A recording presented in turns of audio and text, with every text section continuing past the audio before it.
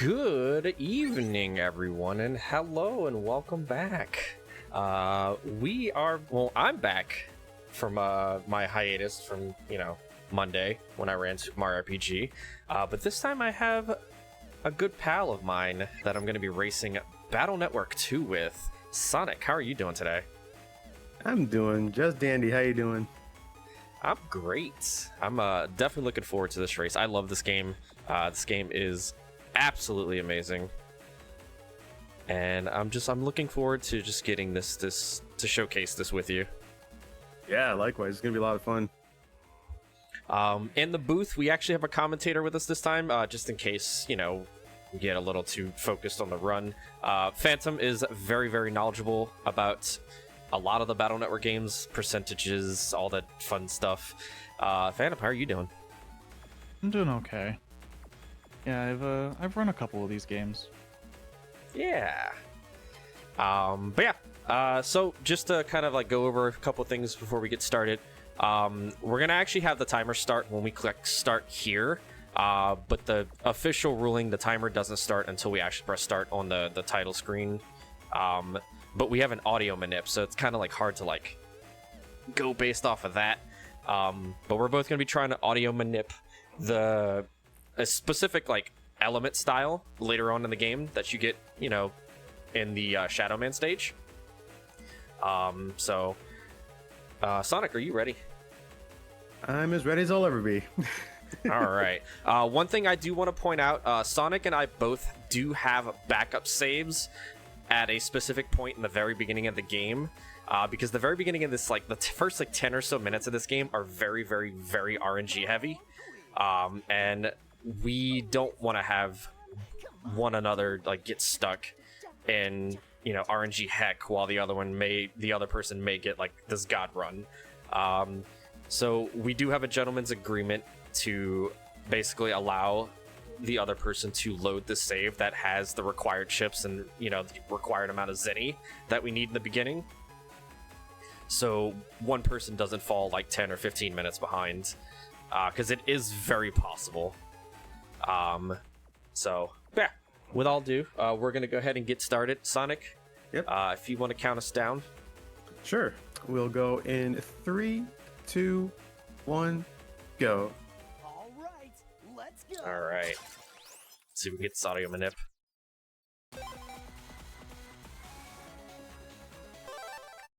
I don't know. Yeah, neither do I.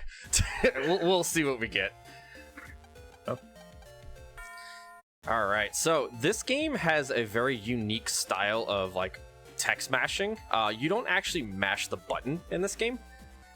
You actually hold the dash button and like rhythmically press the I guess if you're playing on a PlayStation controller, the X button. It's a different type of mashing than what I'm personally used to. I'm used to like violently beating up my A button or B button. This is a good way to put it. All right, so first part of the game, we have a required tutorial section that we cannot skip. So I hope y'all know how to play Battle Network, because you're about to learn. Well, the tutorials in these games are different in pretty much all of them. 2 and 3 are basically the same. 4 and 5 are pretty similar, and then like 1 and 6 are also like different from the others. Yeah, it's they have to like introduce like different like elements of like that specific game. And 2 and 3 doesn't have like too much different between them two. 4 introduced like the whole like Mega Man's like mood kind of thing, I guess you want to call it. Yeah, notably the first tutorial was always 2 cannons, the second one was always some combination of wide sword, area steal, and then a turn 2 draw. But the ad system is exclusive to 2 and 3 in terms of the tutorial. I think the 4 might have the tutorial for this also, but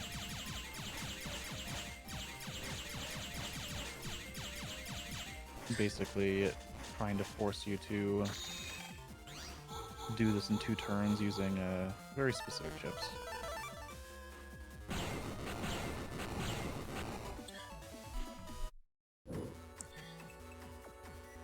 right, so coming up here right after this tutorial, we're looking for very specific encounters. In this first Den 1, we're looking for Metars. We need to have Metar encounters. I did not get a Metar encounter. My first round of chip draw was bad, so I'm gonna attempt to run. It's gonna fail because you need 120 HP in order to get a turn 1 run on this den area. But you're guaranteed to run on second turn. Yeah, that's something fairly unique with Battle Network 2, how the run rates tend to work, because it's not RNG. It is you do this many attempts and then you run away.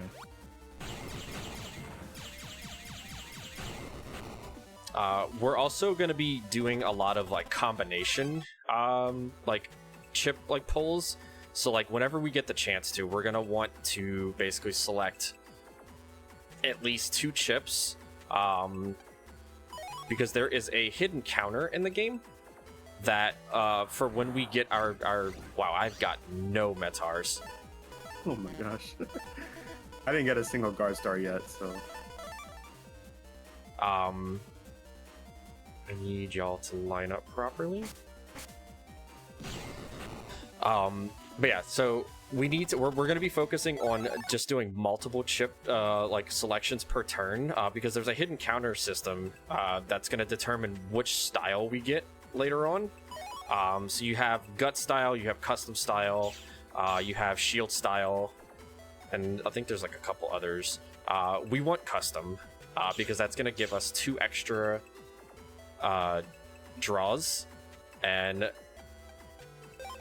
like, you know, pulls from the our chip folder, and that's going to give us a more of ability to get, you know, the prism tree bomb that we're going to be using pretty much for the entirety of half the run. Yeah, the point system basically every battle, during that battle you get different points for different things depending on what you do, and the style type that has the highest points is what that battle counts towards, as long as there is a reward screen after the battle. Things like a buster shot is 1 point towards gut style. Putting in 2 chips is worth like 5 points towards custom. Adding is worth like 30 points, etc. Yeah. Alright, I need at least 1 guard star game. not getting any fancy draws here. Alright, so yeah, when we do get a Metar encounter, we're looking for at least a busting level of 6. That's going to be our highest chance of getting a guard star. I might actually sit on this screen for like an extra encounter or so.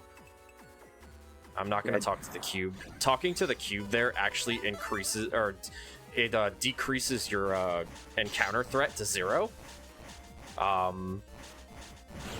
So normally we would talk to that cube. Oh, good. I got a guard star. Yeah, I got one too. All right, good. Then we're safe there. Now we're just, it's up to the fishies to be nice. Yeah. Got a pretty bad draw on these cannons here, but probably work with this. Ouch. I'm gonna try to avoid using the buster too, because I don't want to get the gut style. Yeah, I've been using mine for a good few chunks of encounters. They do want a lot of okay. Zenny also, especially early All right. on. Yeah, we That need at 400 least is good. 400 Zenny. Yeah, we need at least 400 Zenny in the beginning, in order to get the proper style, the proper, like, we need 2 sneak runs basically before gas comp. Yeah, extra chips aren't bad to get because they will be using the chip trader later. But you do need 10 anyway for it to make a big difference. Okay. I did not get a second guard star, so I will be running 1. Yep, same here. All right. We're on the same pace here. Did you get money? I have just enough for 2 sneak runs. Okay, good. Yeah, I got 400 from my last GMD. Okay. Yeah, I didn't get a single one on GMD. I just got it from the encounters.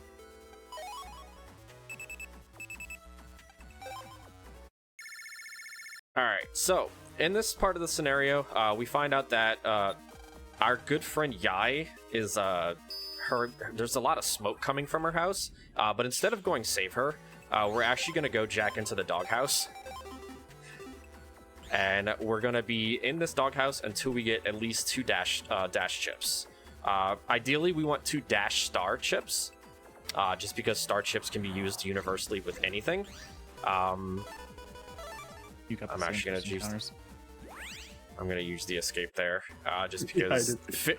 fishy Canadum is the worst. I have a guard star chance here.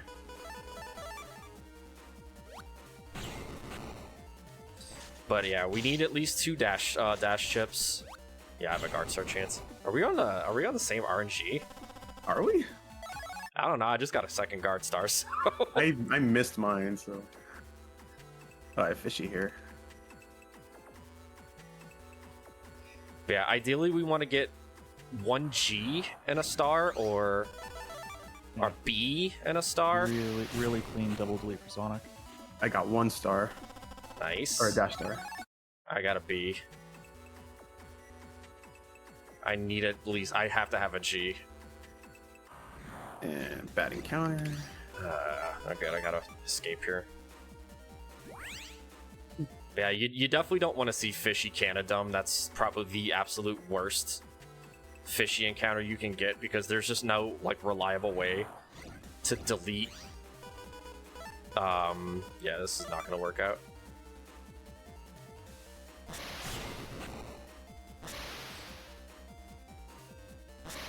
This is not great.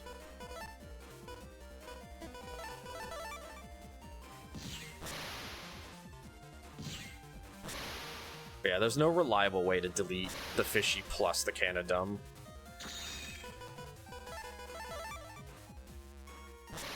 So the main reason these chips are really needed, you've probably seen Dash go up. It's a 90 damage chip that you can get very early. G and B code both work for different program advances that deal 400 and 480 damage respectively. On top of, and then star codes are just more universally usable than these separate B and G codes. I'm getting some horrible. Yeah, I got a pretty bad encounter here too, actually. I've gotten like 3 Metar fishies, which you just have no reliable way of double deleting unless you draw wide sword. Oh, yeah. And I also got a dash J chip, which is the worst. Oh, no. You can trade that. Oh, it's... I can. Phantom, what do I do in this encounter here? I believe this one is the step down. Step down just once? Step down, go right, then up. Okay. Oh. Oh, shoot. So I got the the S rank delete, which has a high chance of giving you a star chip, but instead of getting the right one, I got the D chip, which is absolutely that is a awful. 50-50. I got a G. That is Sonic has a star runnable. and a G. I think I'll run with this one here. Okay, let me see here. So I gotta get rid of... There's a possible chance that I might be loading the file. Okay, I am 1 guard star short still, so... Yeah, you don't technically I'm- need to, but it's pretty nice just to still have access to. I have a B chip. I can't continue. So Yeah. Yeah, so Sonic is entering the first scenario comp right now. This is gas comp in Yai's house, as her house is completely filled with gas.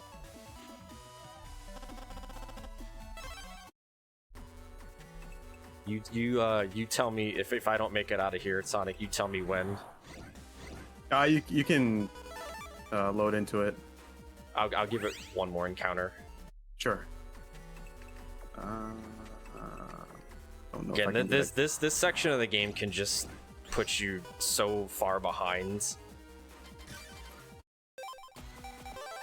All right, Yeah, so for the sake of just the to race, show, it's definitely not worth. Yeah. just to show off, I've already edited the folder. I have the 2 dash stars. It may seem a little unfair, but this is what we agreed to. And just to kind of show that, you know, I don't have anything extra or anything like that. Yeah, But so yeah, Ice is gonna have 2 dash stars. Sonic will have a dash star and a dash G. Which is basically the same thing at this point.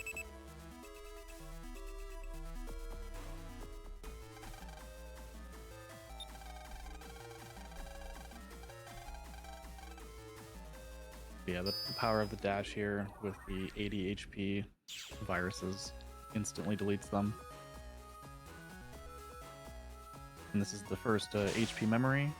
Now that Sonic has 120 max HP, he can sneak run and not get any more encounters for the rest of Gas Comp.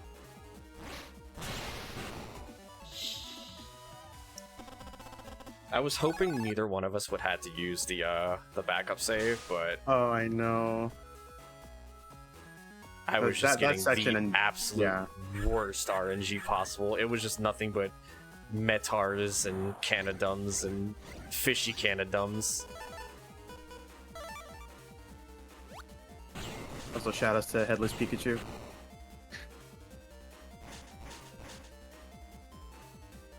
So the way that encounters with Sneak Run here work, every area in the game has different HP thresholds for when Sneak Run will just completely remove encounters.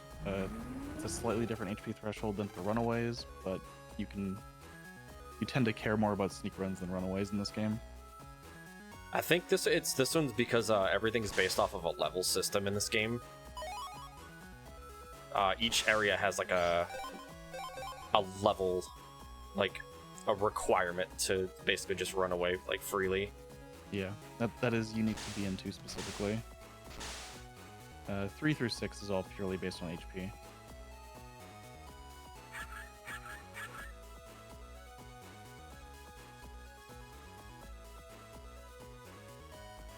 And you see Sonic fighting a giant fan. You tend to want to draw swords here, but if you don't, you just kind of have to deal with what you draw. Worth mentioning, I guess, since I'm talking about draws, the way that the shuffle algorithm works in this game, and most of the BN games are pretty much all the same. When you enter a battle, it takes your folder and picks 2 positions at random and swaps those 2 chips. It does that 30 times. So statistically speaking, the top 5 chips in your folder are what you are most likely to draw at any given situation. The minor exception is the reg chips. If you save a chip as your reg chip, that chip is always swapped with slot 1 at the end.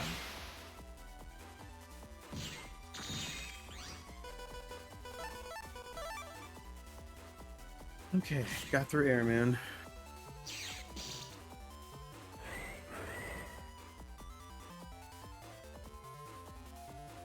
Ice is not very far behind. Nice wide sword draw. Yeah, I don't think I got a single sword during that Airman fight. Yeah, I started with a dash and 2 one of the fires like behind, Mm-hmm. and then I got 2 sword draws. Very good.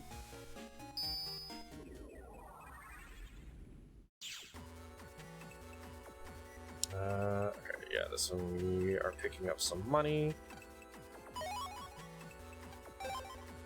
Yeah, we basically get that that Yai's like home address code because she has an HP memory right there, and we need it just because we're going to be going into an area soon that needs a higher HP value. Yeah, the HP ranges ramp up kind of quickly around the mid game. Although BN3 is definitely the fastest it ramps up in terms of what you need to sneak run. Barring, of course, BN6, where sneak runs are almost entirely irrelevant. Because it jumps from like 120 needed to like 400. Almost That's immediately. wild.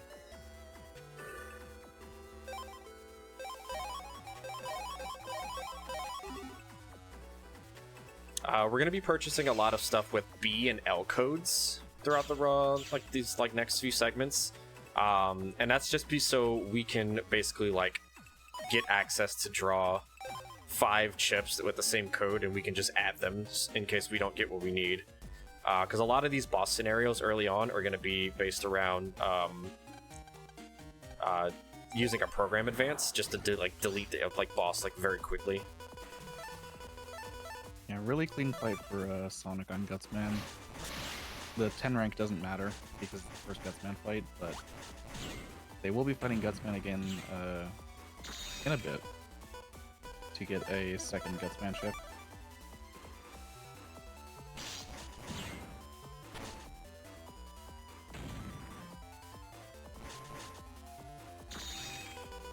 Wow, no sword draw.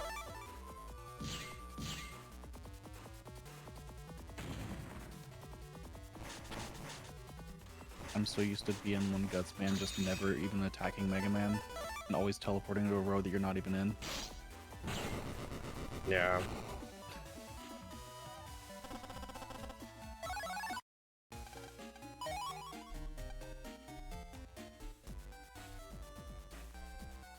But yeah, we're going camping, y'all. That should be fun, right? Out in the Surely wilderness with nothing. Surely nothing happens when we go camping. Oops. So it's funny because I played Network Transmission recently on stream, and that game takes place between 1 and 2, and has bosses from both 1 and 2. Namely the second boss. Which, Oh no. it's funny because obviously Network Transmission came out before 3, so it technically came out after 2, and there's no reason that Quickman makes sense to be in NT and 2.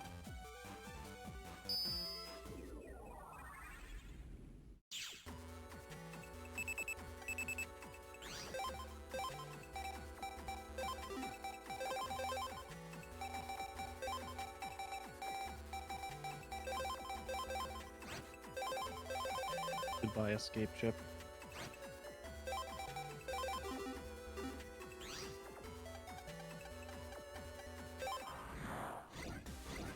Yeah, for these license fights, it doesn't technically matter how you delete them as long as you do it as quickly as possible. Since there's no results screen, the points from these fights don't actually matter for styles.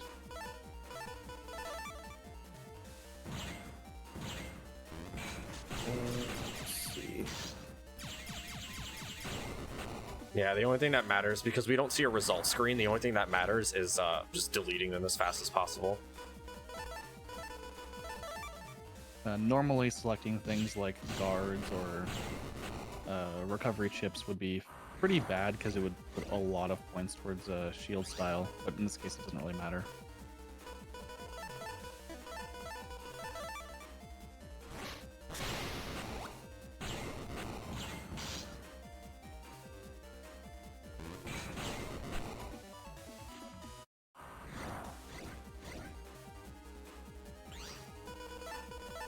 Nice dash draw on the bunnies.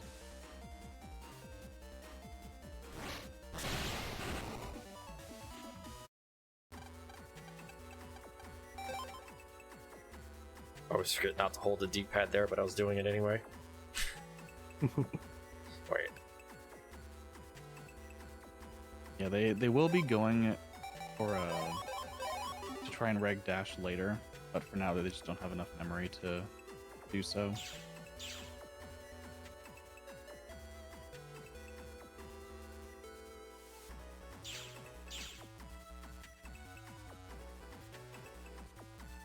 Alright, I like to get greedy here and try and hold off of using Sneak Run there. Sometimes it just doesn't always work out, though. Yeah, the encounters are step-based in these games, so the more steps you take, the higher your encounter rate goes, and holding the B button doubles the step counter. It's not actually physically running, it is holding the B button. That's relevant in 5 and 6. The extra money from the backup save, not really. We don't buy extra HP memories in this run, typically because the moment we go to Netopia, which is like I think like scenario 4, you get mugged for like half the scenario anyway. So yeah, it won't really matter. Yeah, because you don't actually get your money back after that scenario. You just get new money. Yeah. Casually, you'd get your money back, but here it just doesn't make sense to. Pretty bad draws here on the B-Tanks.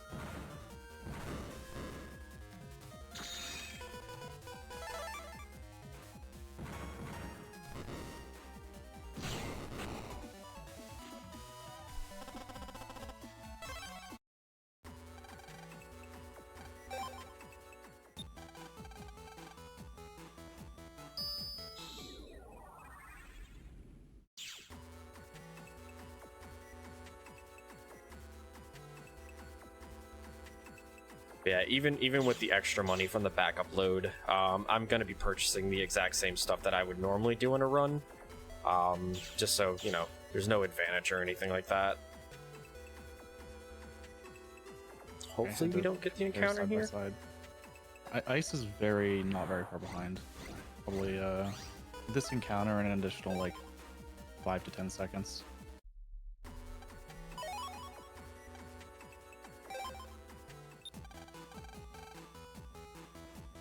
And Sonic is doing the license fights again. These ones are a little bit harder than the previous ones, but not too bad.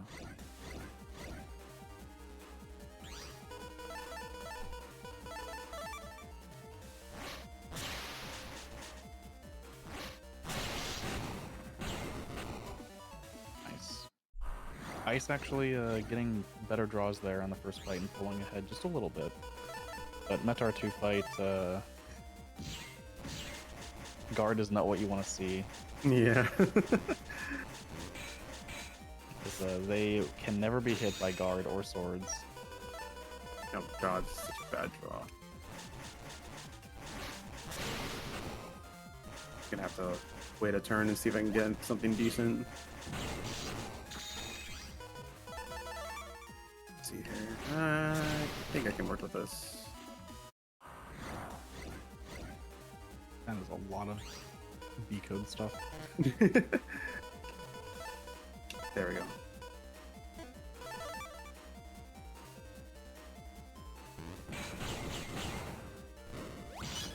Guard on the third fight here is really strong.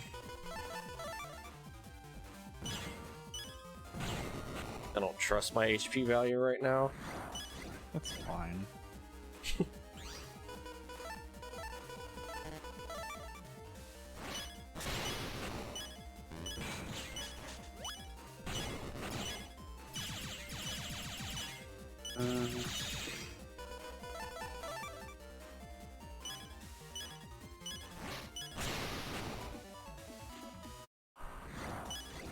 This encounter hard is scary. heads are pretty tricky.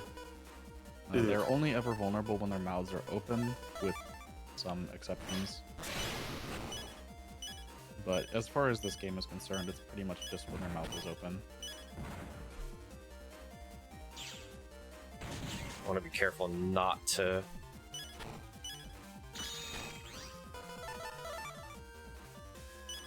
break any of my panels here.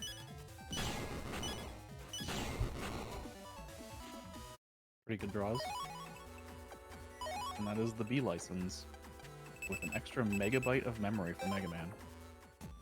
1 whole megabyte.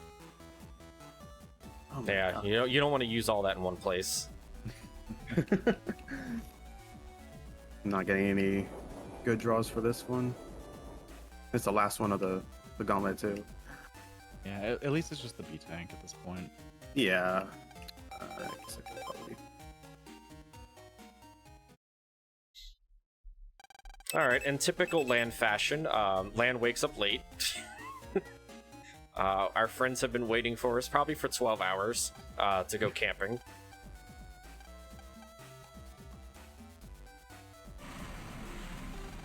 I mean, it's the first bus anyway. It's not like he missed a bus.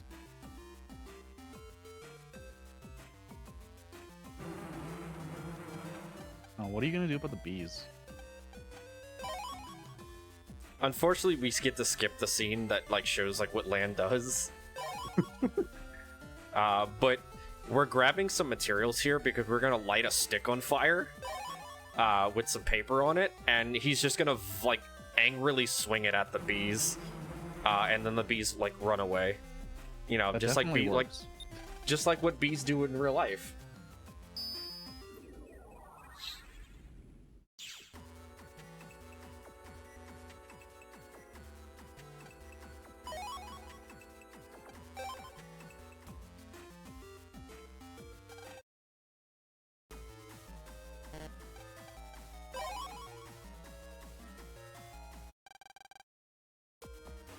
Alright, Now here's you play hoping I bears.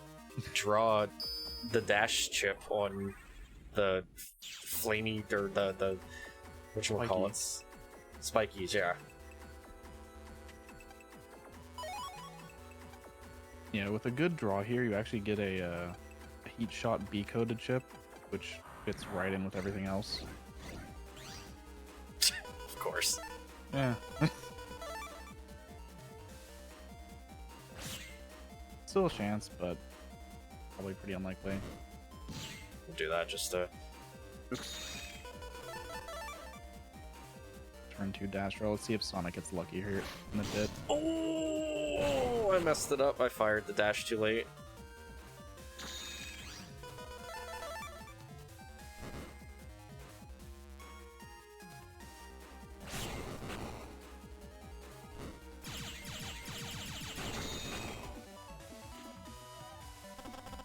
I don't even get the heat shot. No Oops. dash for me. I got Zenny.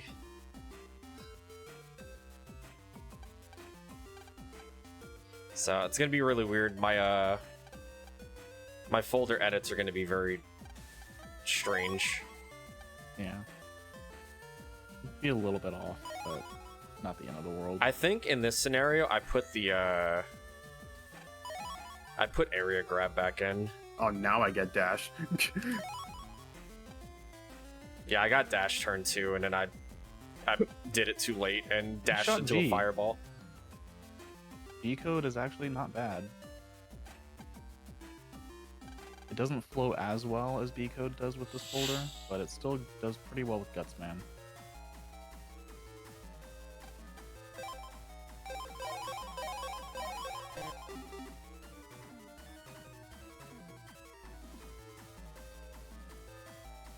Buying sneak runs from this scientist in the woods. I love the typo there. It just says "Why you?"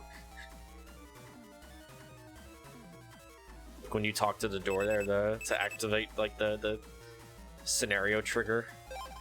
Oh, that's right. Yeah, it just goes "Why you?" The typos in the Battle Network games are pretty funny. And Ice is in the first bomb comp. Already spoiled it earlier, but who do you think would be the boss of the bomb computers? Clearly, it's Bombman, right? Surely. I mean, he was the final boss in Battle Network 1. He deserves another appearance.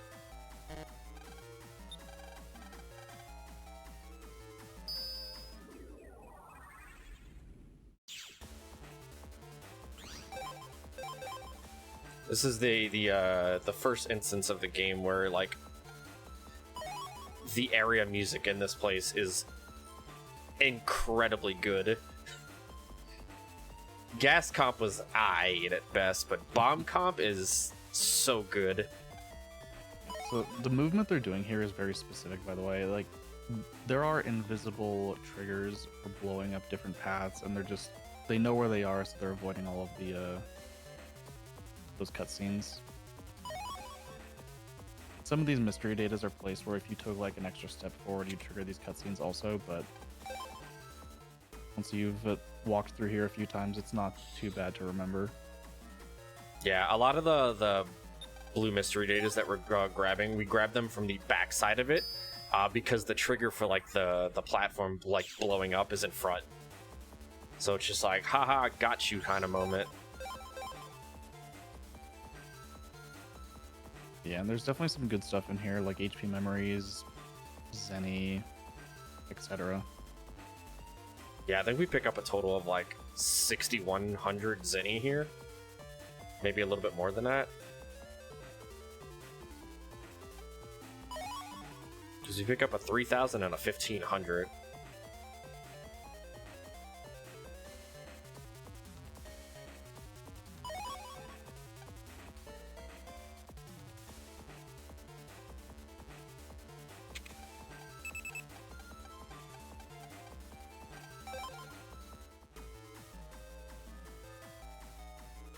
And the final bomb comp for ice. We'll see how the fight goes also. The boss fight here is pretty heavily dependent on RNG because they tend to want to draw the battle chips for gut shoot because 400 damage program advance instantly kills this boss that otherwise takes quite a while to deal with just regular attacks on its own. Oh, whoops. Yeah, Sonic and I are going to be making a save in front of this boss in the event that we run out of chips and we miss the gut shoot. Because at that point, you're basically just going to be relying on one damage firing to take out Quickman, and we just don't want to have that.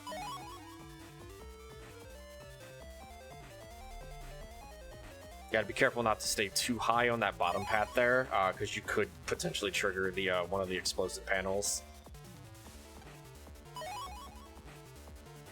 Yeah, Sonic, don't forget to save in front of Quick. Got it.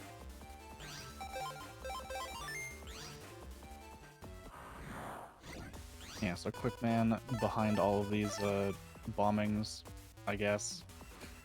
Somehow. He's really fast. They never see him do it. That is good. So the unique bit about this fight is that Quickman is invulnerable to frontal attacks, but he's vulnerable when he's moving and when he throws out his boomerangs. So we have to wait for him to move in order to... Wow, I'm not drawing anything here. Yeah,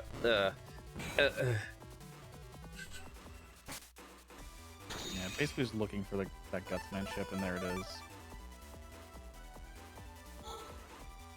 Yeah, as long as I don't miss, Gut Shoot will do 400 damage, and it will one-shot Quickman. Which we're fine here.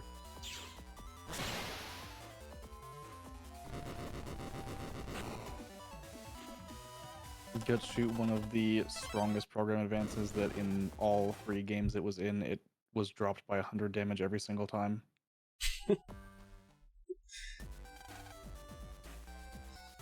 500 damage in Battle Network 1, 400 in BN2, and 300 in BN3. It was just too strong. Oops. There we go. Should do it. Nice Quickman. When did you pull your PA, Sonic? Pretty quickly, actually. I mean, it took me a couple turns, but... Yeah, I pulled mine, I think, like turn 4.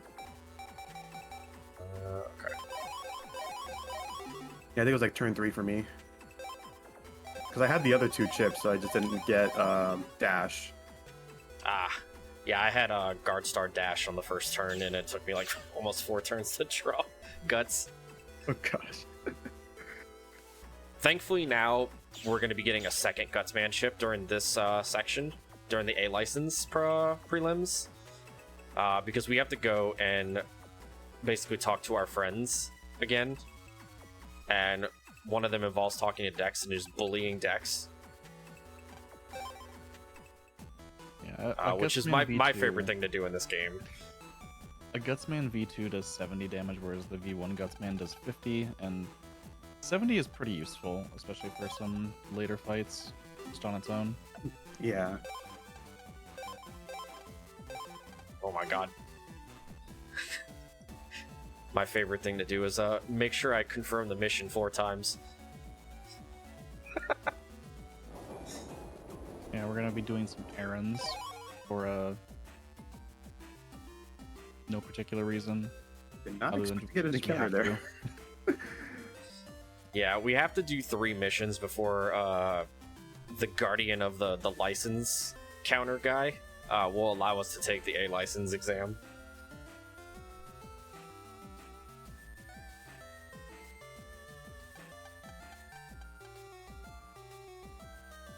Yeah, it's always just mission 1, 2, and 3, starting from the top down.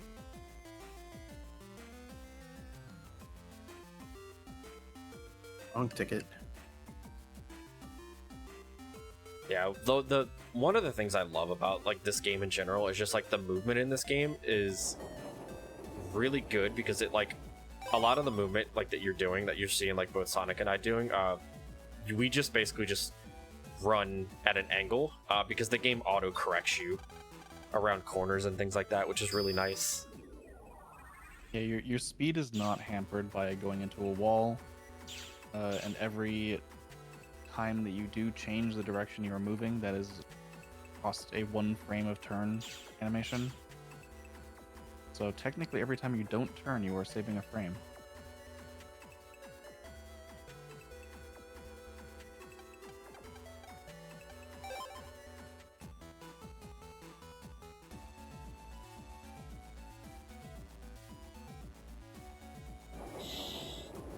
And you'll see us buying like tickets the moment we get off the subway here.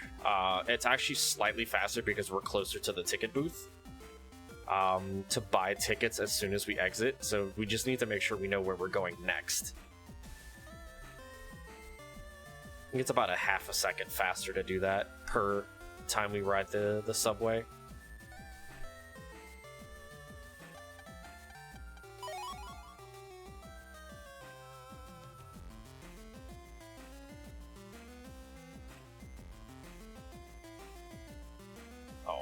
I didn't wiggle enough there. Still got caught.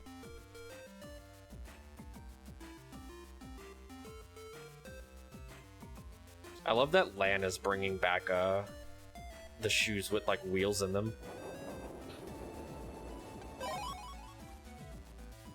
Yeah, how does he use those to go up and down stairs? They're probably custom-made shoes for that. Next question. Or across rocks or dirt. They're like specially made shoes to like change wheels every time he enters some sort of terrain, maybe. Clearly they're hover boots. Alright. That seems like more like the logical answer. Alright, now we're gonna beat Gutsman in the face again. But this time we're gonna beat Gutsman with Gutsman.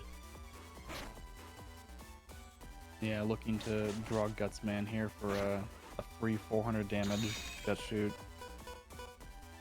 And then just making up the damage elsewhere. Nice. Oh.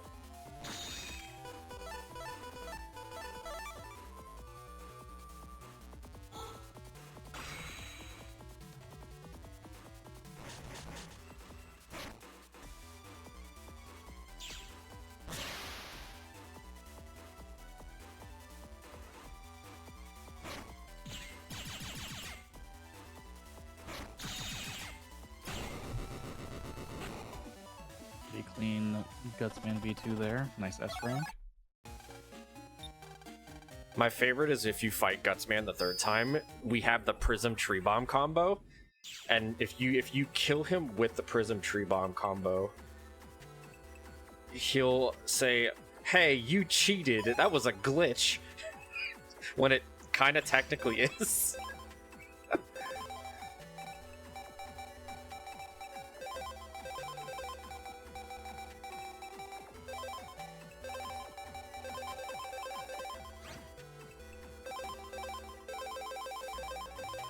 Replacing a lot of the regular swords with more wide swords, putting in things like Gut Punch, Gutsman V2. Since I don't have Heat Shot B, I'm going to be replacing with Area Grab.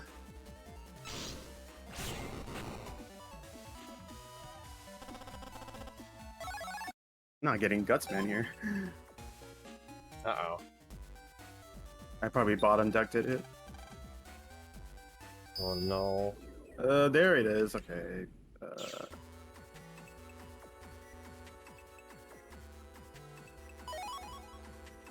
Yeah, this not this encounter, but the next one is actually a pretty scary encounter too. Because it introduces a new enemy in the game called Flamey. Which basically if you're standing on the line that the Flamey is on, it will basically jump into that into the ground and break that entire row of panels. But there's a Flamey 3 in there, which will jump to your row and break that row of panels. So if you don't pull the right stuff early, like in that fight, that thing can just kind of beat you up.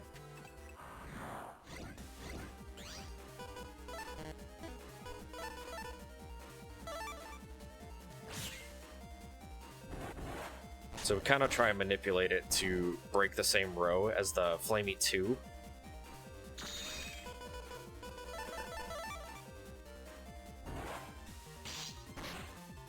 Yeah, and then taking the intentional hit so that you can actually do some damage to it.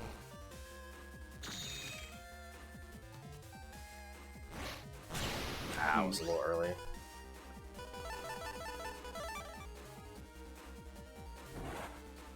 I wanted to be a little bit later than that. I could have gotten a double. But yeah, as long as you break bottom and then top, you don't really have to worry about it, because the bottom row will respawn fast enough for you to go back and be safe.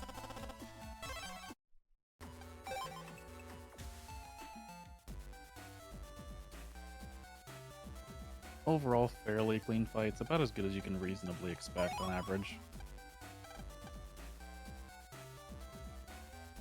And Sonic is also just about done with these virus fights.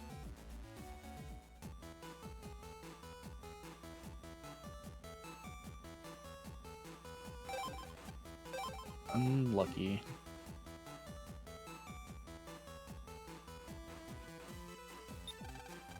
Yeah, for a lot of these virus fights, you really want to draw wide swords. Yeah, which is why we have 5 of them in the deck. Single segment is basically beating the game without hard resetting to adjust RNG and things like that, and without dying.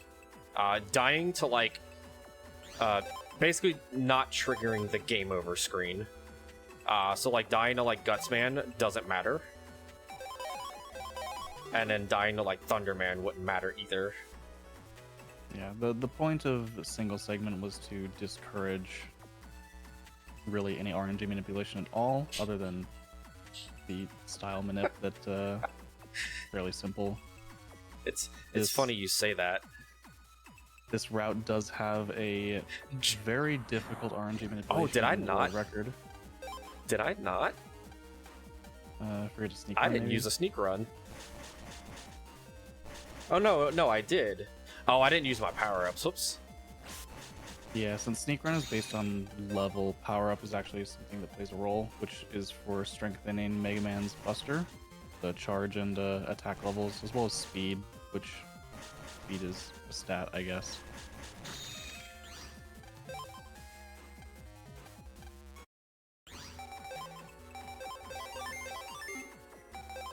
Yeah, I did use the Sneak Run.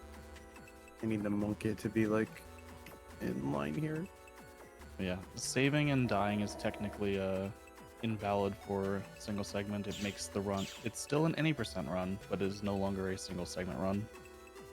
Yeah. So basically, like what I did reloading the thing, it's no longer single segment. But we had that agreement just because we didn't want things to get out of control.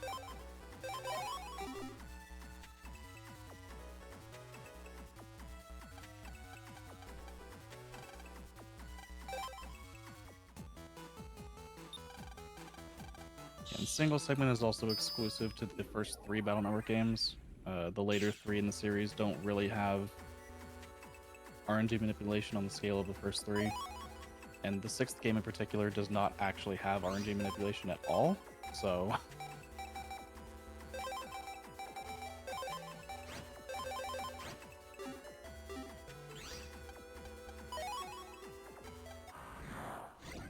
As the series went on, Capcom figured out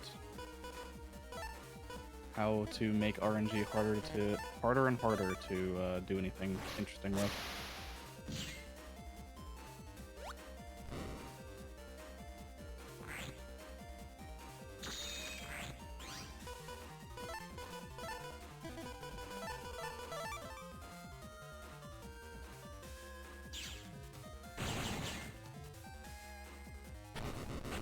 Oh, I forgot those things were gonna do that. Unfortunate. It's all good. 5 damage charge shot is so funny.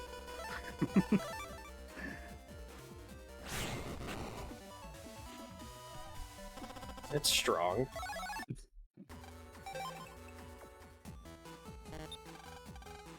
Kinda. The good news is once we get our style change, it doesn't matter like what our actual physical attack power is. The charge shots do a set amount of damage regardless. So Aqua does a very fast Aqua Bubble charge shot that does 40. Wood Style throws out a tornado 2 tiles in front of Mega Man that does a total of 80 if you hit all 8 times with it.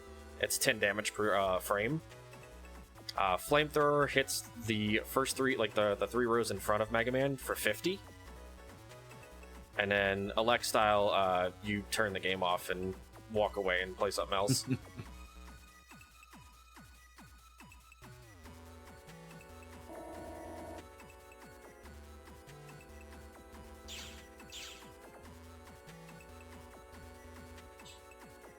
Yeah, I love how the single segment in this game was designed to prevent RNG manipulation, and Jaguma just said bet.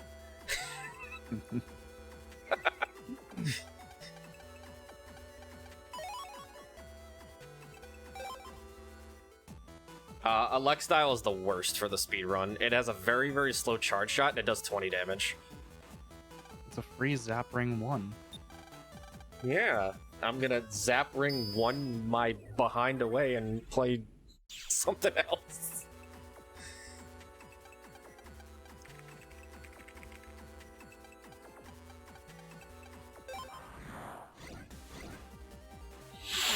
Oh, you know what I forgot to do? Oh, crap. I wonder if I should just get deleted here. I needed to reg,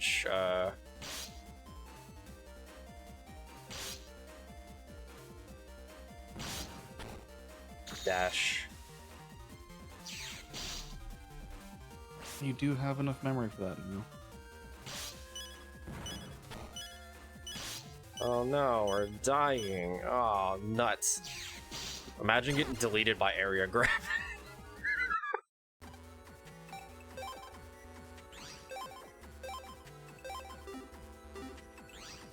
Yeah, now that Mega Man has 12 megabytes of memory, he can remember how to draw dash every single time. Yeah, we want to have dash attack regged here. Just because, A, it does 90 damage and we are guaranteed draw it first.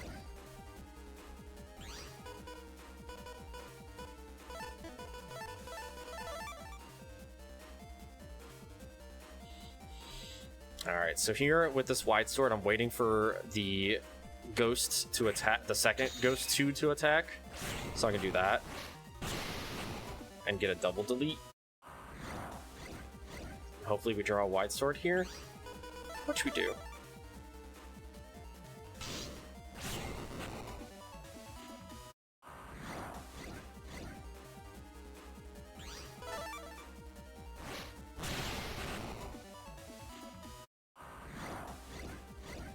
Plus 10 maybe? Nope.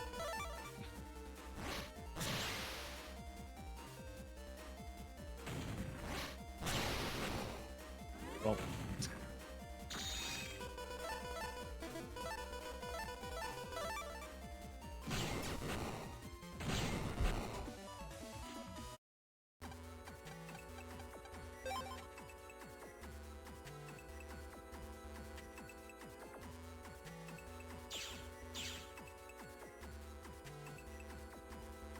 Oh, one thing we didn't actually touch up on.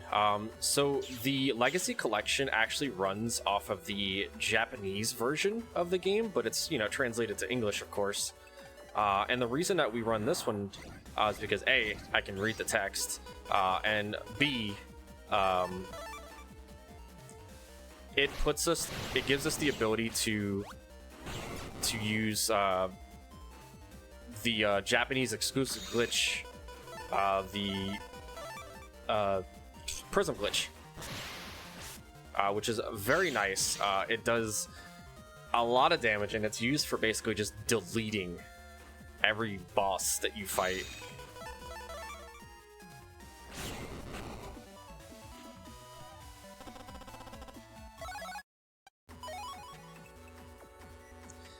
So the Prism glitch is basically there's an item in the game called, or there's a chip in the game called Prism.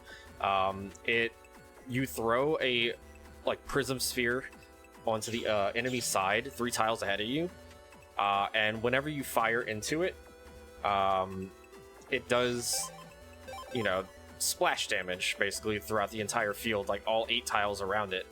Well, in the Japanese version, I don't know why the glitch happens the way that it happens. But if you throw a tree bomb, yeah, you can explain it after. If you throw a tree bomb chip into it, because that chip gets stuck inside the prism, it does 100 damage and splash damage around it for 82 frames or something like that.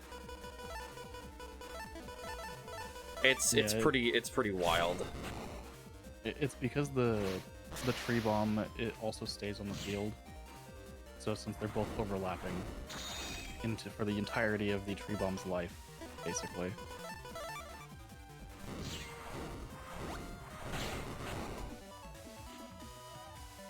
Yeah, so ideally with that, you can hit a boss for 8,200 damage.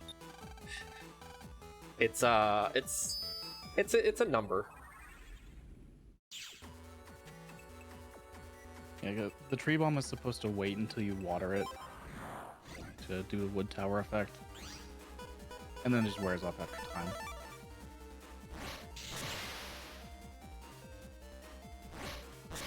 I was early.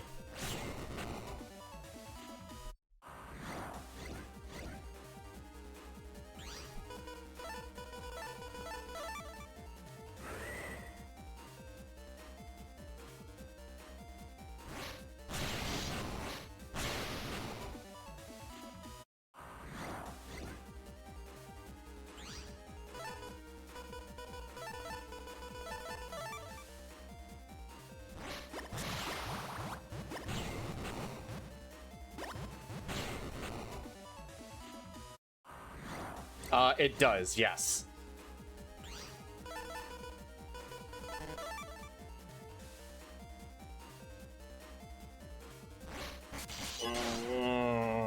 My favorite. I was late on the attack.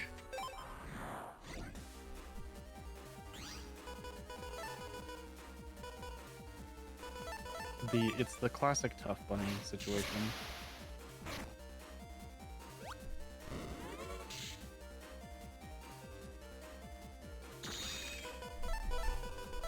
That's so awful feeling.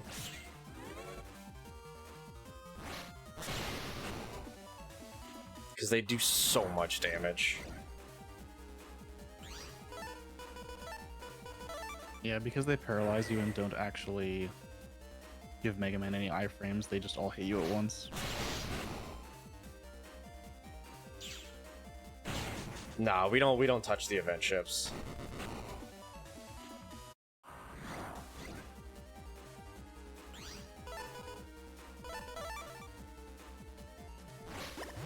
The same with Wii U VC. The event chips / Wii U Virtual Console chips are a separate category that most people don't really use because it tends to make the game much. It plays a lot differently, I guess.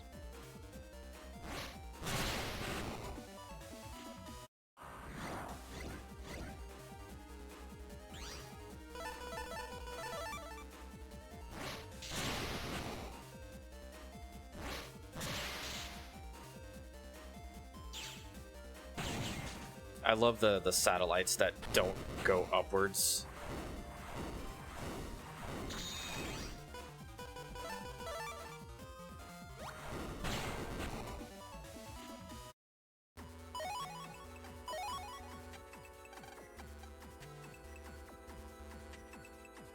Alright, we can go to Yumland now.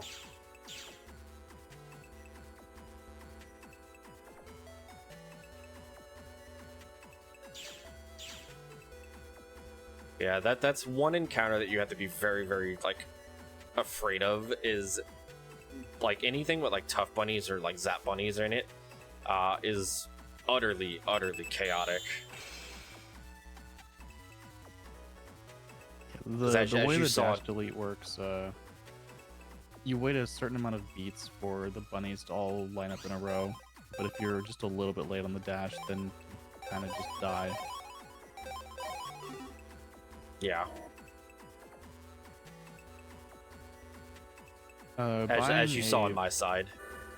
Buying a very strong, definitely a program advance here with rock cubes to combo with the punches. The rock shot, as it is called. The only way in Battle Network 2 that you actually deal breaking damage also, which means being able to hit things like hard heads when they're technically still invincible because their mouth isn't open. The rock cube getting punched across the screen actually ignores that and just does a lot of damage on its own.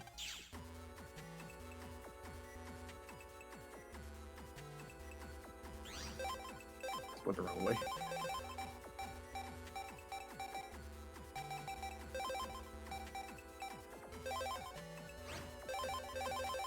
And along with our cold punches, we have dash and the gut punch as well, which gives us access to another program advance, which is punch. So gut punch, cold punch, and dash create punch, which does 480 damage on anything it connects with.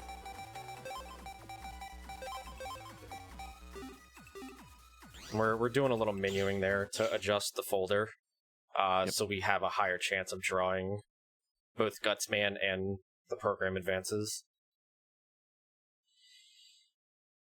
In a perfect world, there's an encounter coming up here. Well, not just here. When we come back here, there's an encounter coming up here. In a perfect world, we want to S rank it, but it doesn't always work that way. Yeah, S ranking the later encounter does take a bit of luck in single segment, just to get chips that are actually capable of during the fight quickly and efficiently.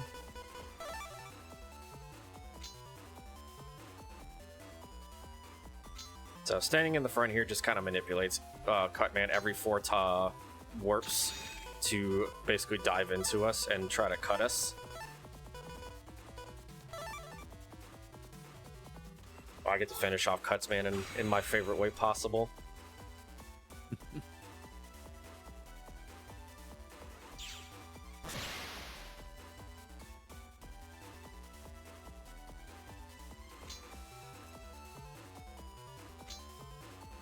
Cutman probably the only Navi that literally did not change from his original design.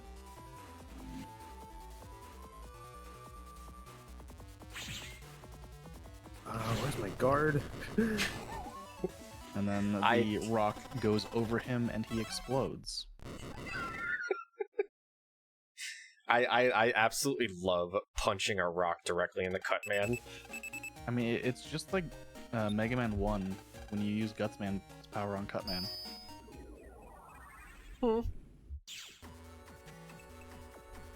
It's true. I mean, I would probably explode if someone threw a rock at me too, to be honest. That rock is like 3 times the size of him. Yeah, so is that fist that we use. There we go. Alright, so we're going to be doing a couple of extra jobs here and there. And it's to basically get gate keys and to get some... I think we used to route in extra money to it as well. We no longer do that. But we're going to be doing a couple extra jobs to get... Wait, why did I do that? I'm not getting ahead of myself here. Now I go do that. Yeah, trouble is brewing in Yumland.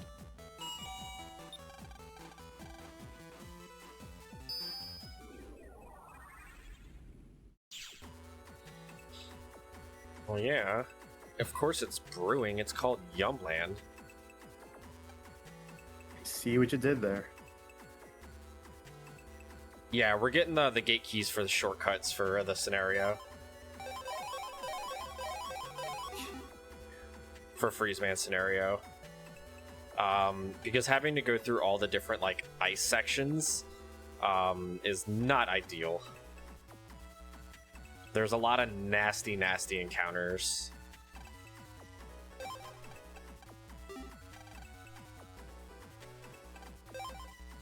I can't believe you were reading Iron Man's post on the forum. Yeah. Well. Yeah.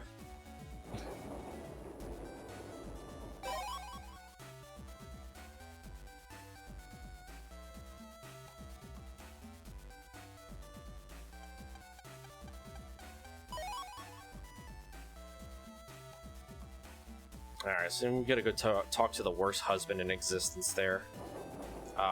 Instead of bringing his wife the battery for her PET, he's just like, hey, can you do it, random kid I don't know? And you're just like, here, sure.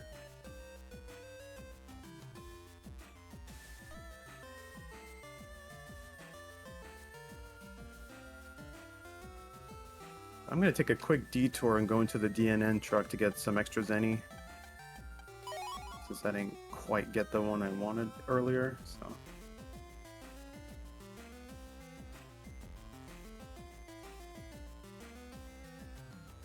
Oops, I need this. Do you want me to go get that since I loaded a file? If you want to, you can, yeah. Yeah, I mean, I'll go get it. I don't need it, but I'll go get it just to... So we can For basically be like... continuity. Yeah. Yeah, I'll do the same. Yeah, since if you get the 1500 Zenny in a run, you can actually ignore this 1000 Zenny BMD. But for the sake of the race, and since I had to load a file anyway, yeah, I'll do that. Get some safety cash money. Yeah. Where Gotta have my precious sneak run money.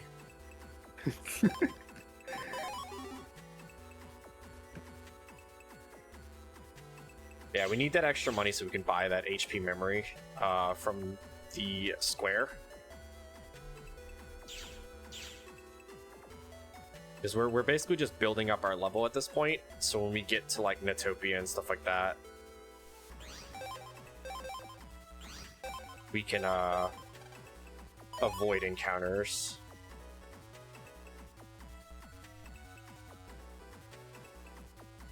Because Netopia and Undernet are two of like the very, very much higher levels that we need to be in order for Sneak Run to like full effect it.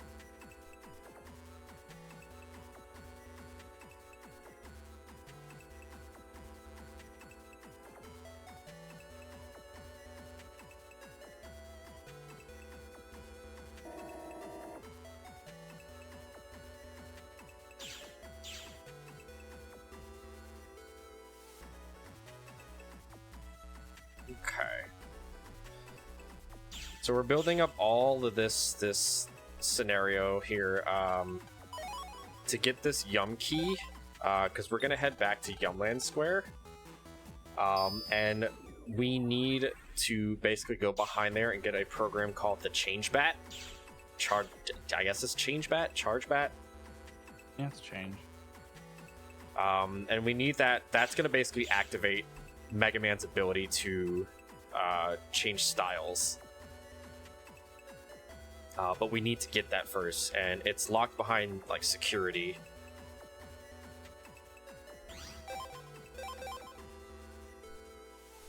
And that's where we're gonna like hope and pray that we get the perfect draw on this tough bunny encounter that, you know, is forced. Which chances are won't work, so we're gonna just do the backup regardless.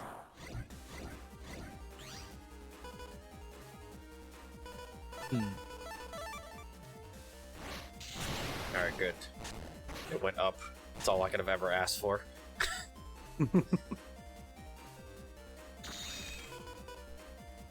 Oh, this is tempting. Okay, I can do this. Finished the game 2 hours ago? Oh, heck yeah. BN2 is so good. Right, Sonic? It sure is. This is actually my favorite out of like all 6 games, so. Same. Also like one of the first RPG runs that I've done. So. Probably should have saved before this guy, but it should be okay. Let's see. Nah, you'll be fine. Oops. Make sure you save before all the encounter rush. Oh yeah, for sure. I still think Encounter 3 is the most terrifying one with all the sorties. Yeah, that one is definitely scary. Do y'all like GoldenEye? Because you're about to get the GoldenEye alarm noise for like the next like 5 minutes. Wow.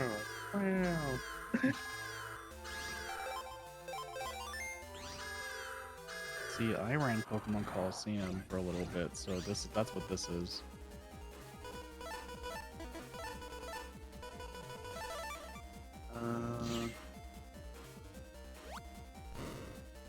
Some extra damage in there.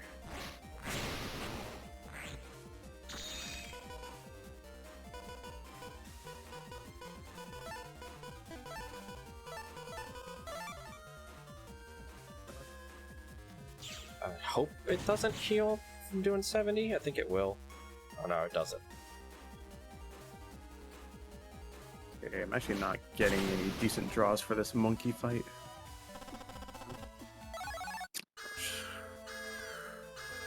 Alright, this encounter right here is the one we need to S rank. Not necessarily needed, but like if you're... Yep, alright. Yeah, with this kind of draw, it's not realistically happening.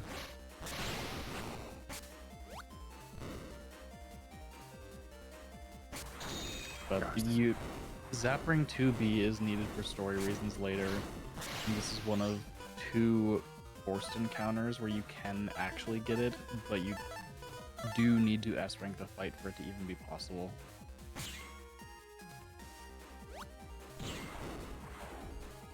Yeah. So there is a backup that we are going to do during the Freezman scenario, which is like right before we actually need it.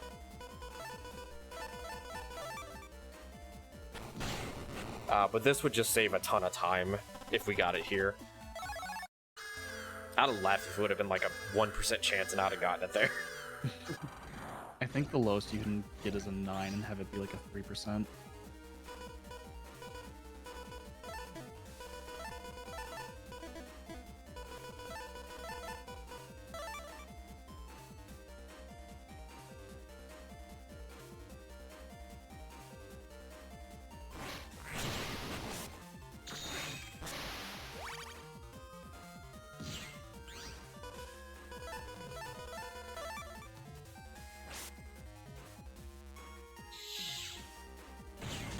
Yeah, we want to make sure we don't damage the ghosts there, because they do heal. So ideally, we just don't want them to be able to have that chance to heal.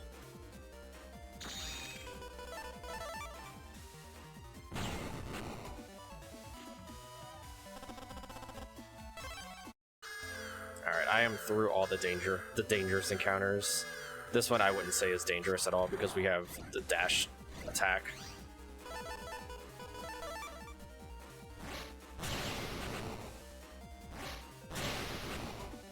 Wait, did I attack 10 that? Oh, Unlucky. I had a chance there. It was like a 25% chance of pulling, but we 25% didn't. chance on the bunny drop, and then a 1 in 3 to get the bunny drop. Yeah. So it was like a 12% chance or something like that, or something even lower. Yeah, those are the only 2 forced encounters for the tough bunnies that actually can reward you. Without drawing like double Gutsman or Gutsman plus Navi plus 20 and attack plus 10s, it's pretty much not gonna happen.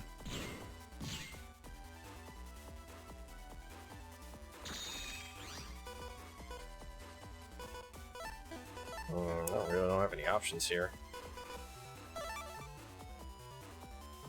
Wide Sword's not terrible. I wish the fist would break. I probably should have got him up there.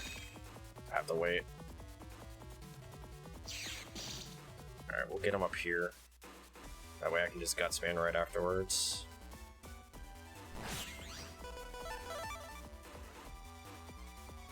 Yeah, his shield is unbreakable unless you punch a rock into it or something. Yeah, this is one of the few viruses that without Heat Shot it becomes a lot harder. Oh, it's not good. Because he is a wood virus, so he does take double damage from fire attacks.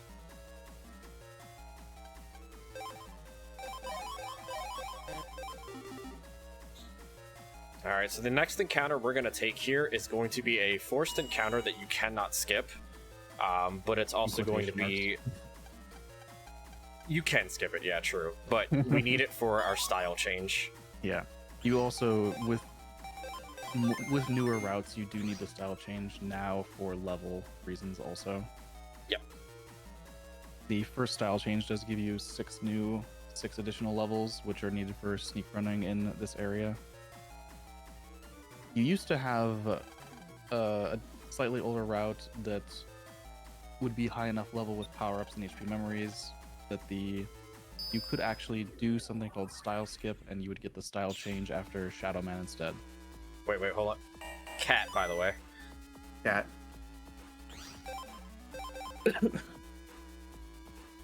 So yeah, chat, do y'all know how to spell? So we're about to learn how to spell. Bit of a This bind here. forced encounter, by the way, is actually random. It's not always the same encounter.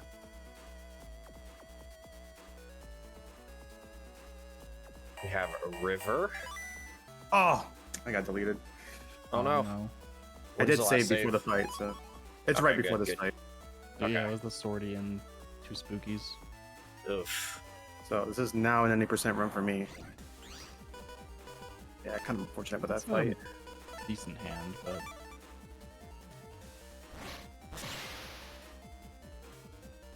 Jeez.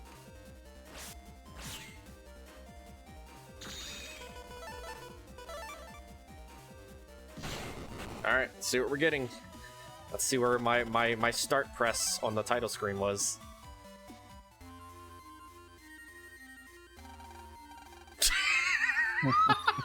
You got a Lek.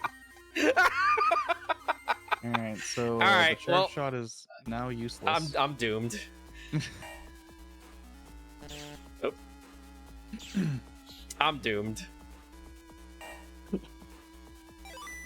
All right, my So, charge yeah. shot's gonna be awful the entire run. So let's go. So the charge on Elec style is so slow that you might as well never even use it. But The problem important with part- the problem with the manip on the Legacy Collection is that the title screen is actually slower on frame advancement than it is on the Game Boy Advance. So in order to get the proper one, we use an audio manip, but because the audio is different on the Legacy Collection, it's actually 12 frames later than what we're supposed to actually press it on.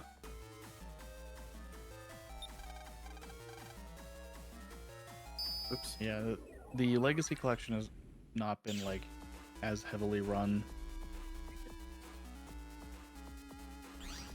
So Yeah, there we isn't really as took much time on this. documentation for things like manips.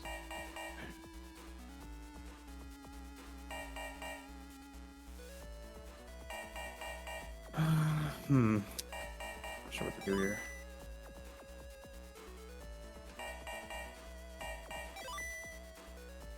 Let's go this way.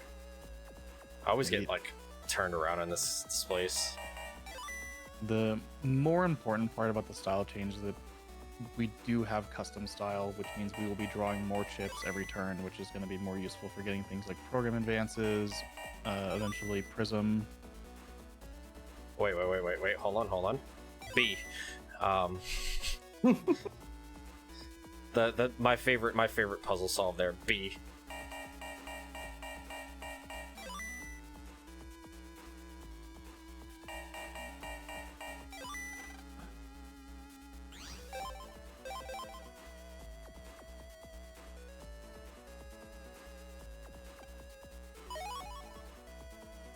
The good news about Elec style is that it doesn't really have any scary fights other than Snake Man, which Snake Man is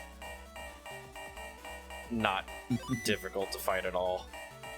Yeah.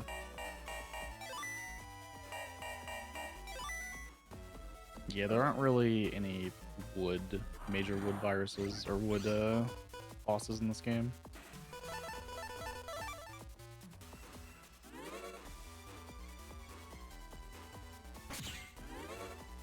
Oh wait, the attack does 10. My fault. Oh, it's half a zap ring. Okay.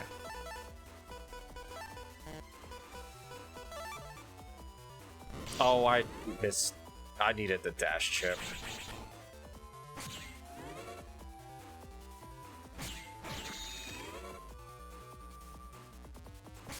Oops.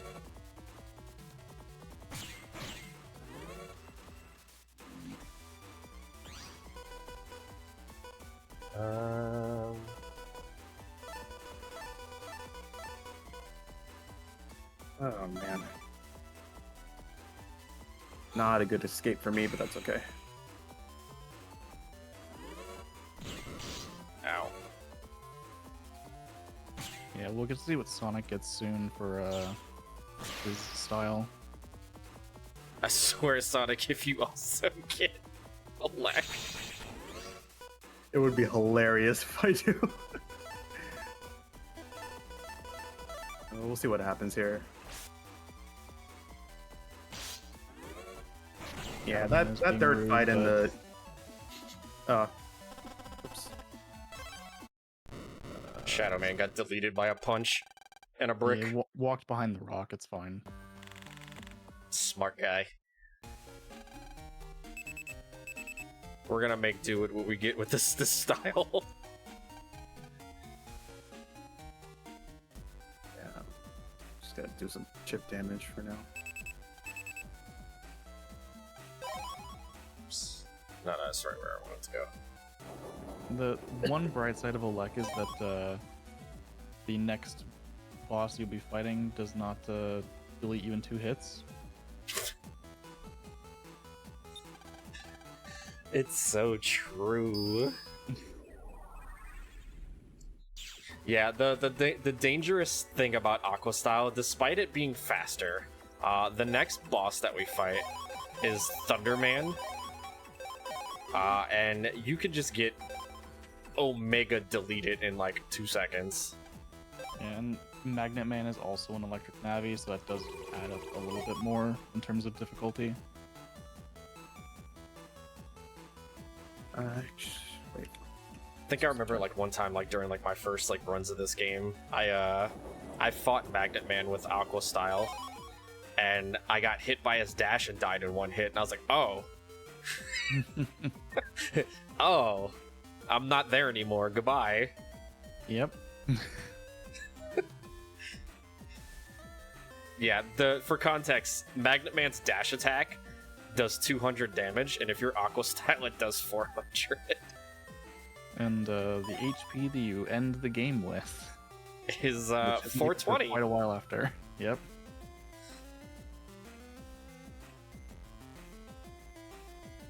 Yeah, funny enough, you end the game at level 51 with 420 HP. It's intended. Also, we're about to Cat. get robbed. Cat. We're about to get robbed, by the way. I mean, if you spend all your money before you get robbed, it's not that big of a deal, really. Yeah, just spend all your money. Smile.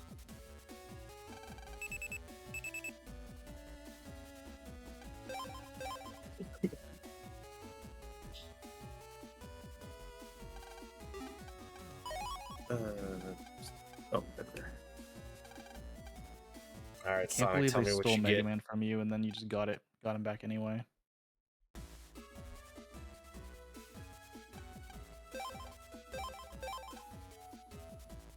So in that part, when it's like, oh, you want to activate the translation system, if you actually say that you know Natopian, Mega Man's like, wow, I'm impressed that you know Natopian, but I'm going to activate the translation system anyway. He's like, I don't trust you for learning that language.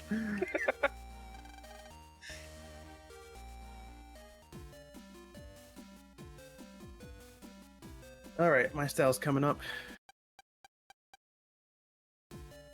All right, let's see what we got here. I got wood. Oh, wood's good. If you want, put a area grab back in before you get mugged. And you can and then you can reg it, and then you could steal the panels in Thunderman, and you could just bully him to death. That's a good point.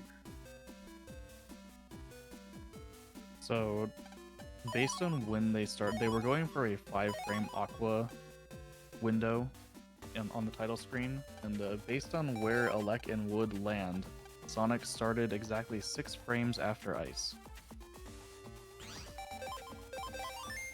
Wow, I'm 6 frames ahead? Sick.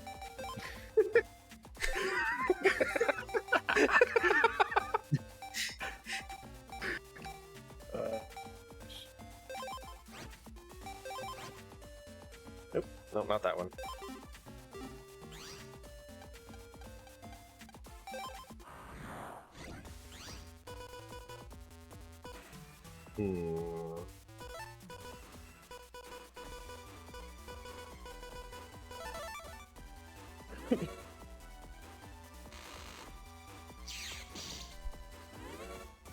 Yeah, Thunderman's clouds are fairly annoying. Just constantly, you just can't move through them.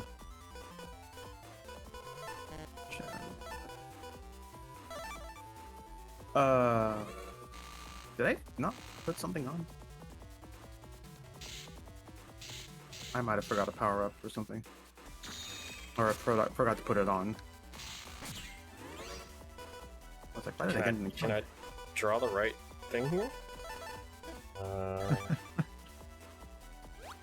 You wanna draw a specific thing on Thunderman?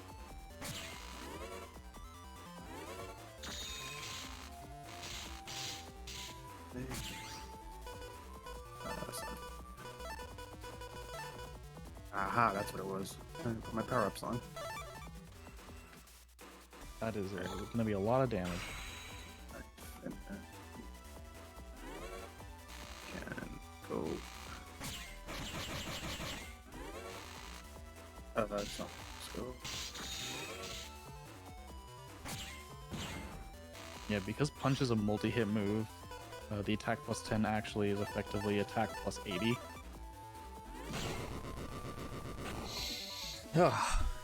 Always a stressful fight when you don't have the right style.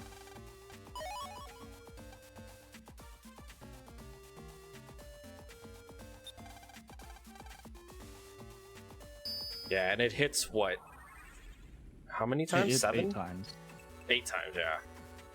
I think. Either 6 or 8. The important part is it does 480 base total.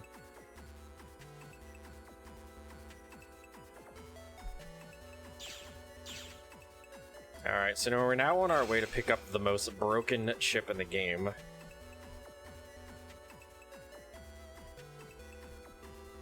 The Prism Q. It is the only chip that's going to be in our folder, hopefully, that has a different code. And it's, yeah.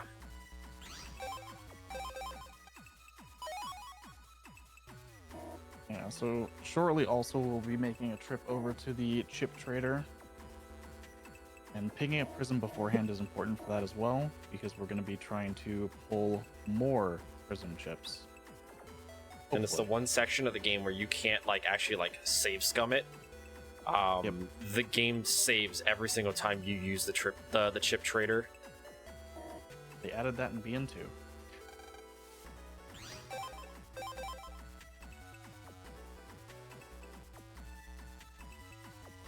But ideally, we want at least one more prism, hopefully. We're going to be doing like a little side quest the moment we get our passport and stuff back. Because in this section of the game, as soon as we leave the airport, you hop into this taxi, air quotes, and this guy just mugs you blind. Steals your money, your chips, your passport, and then sells it on the black market. Yeah. So we'll be using the chip trader probably 4 times. Should have enough chips for 4 pulls. Yeah, we do a side quest here to get 30 guard star chips. Yeah, so with 4 pulls, every pull on the chip trader is about a 21% chance of getting Prism, assuming you already have it. And in total, from like 3 or 4 pulls, that's about a coin flip in getting at least 1. Hopefully. And the more prisms you have, the more likely you are to draw it, which makes fights much faster, assuming you do draw it.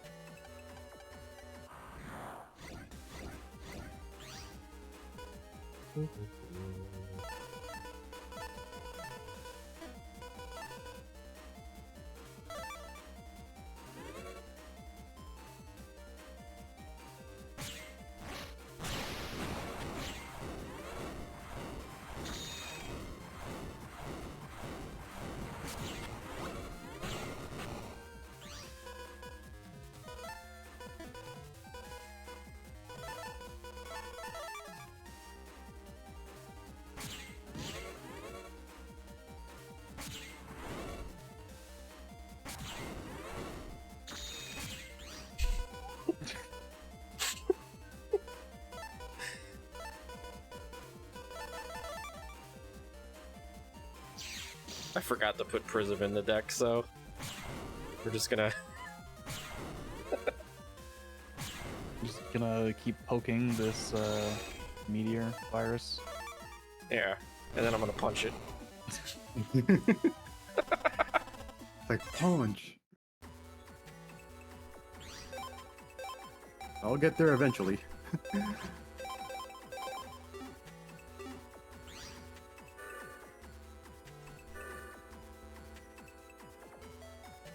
Yeah, the important part about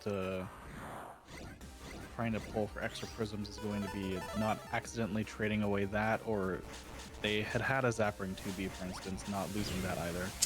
I cannot stand... I wish past me knew about that. Accidentally trading in a prism.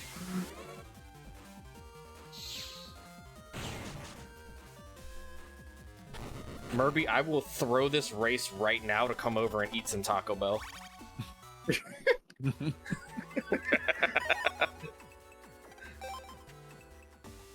I might do that later. Oh, that's right. You know what? I'm gonna do that later too. Alright, so we have to talk to that drunken Electopian person. That basically allows us to go up here. I don't know why, but talking to that drunk guy and then talking to this girl, basically she's like, yo, have these Guard Star chips, and she just gives you 30 of them.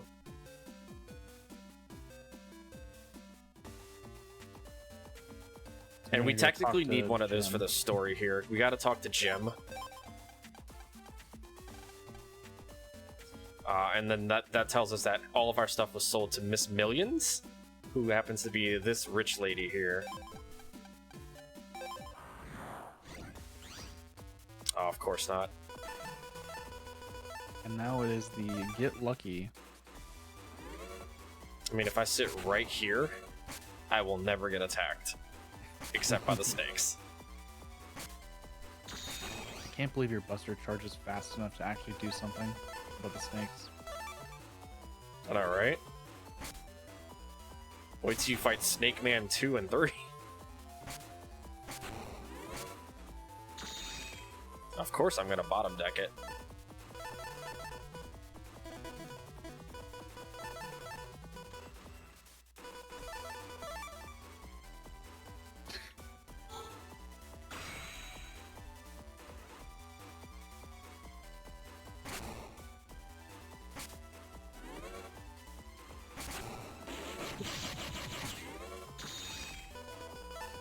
There it is.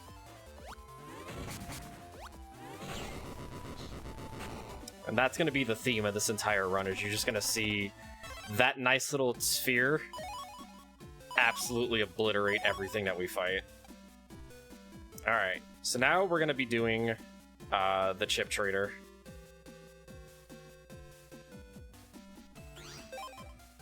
Make sure I don't have...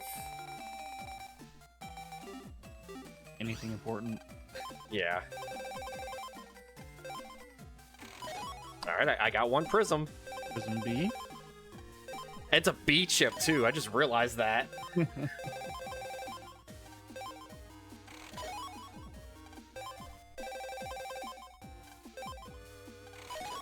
Oh my Prism god! B? What? 2 copies of Prism B for ice. That's 3 prisms in total. Uh-oh, uh-oh, oh. Oh, Okay. well, now they're gone. That's fine.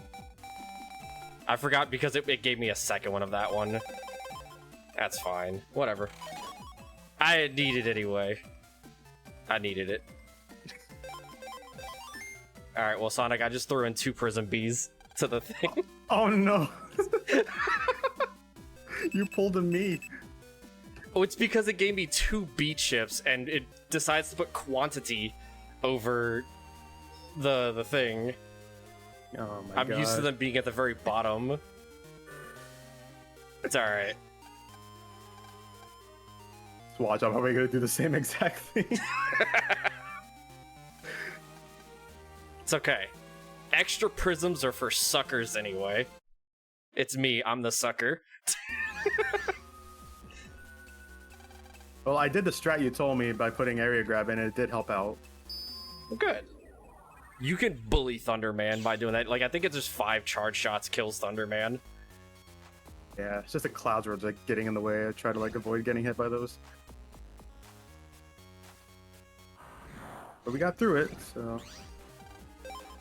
Alright, so we're actually, on this screen, we're not actually going to be using any sneak runs. We're actually just going to take the encounters. Because there are 5 screens of this, and we only have 4 sneak runs. And we need the sneak runs for the later screens. Yeah, This HP screen is we high can... enough in the Castle Comp anyway. Yeah, You'll and be able to Castle run away Comp turn 1. Yeah. Castle Comp 2, you cannot run away turn 1. I love that I'm pulling Prism every first turn there, though. When I'm never gonna pull it in any other fights.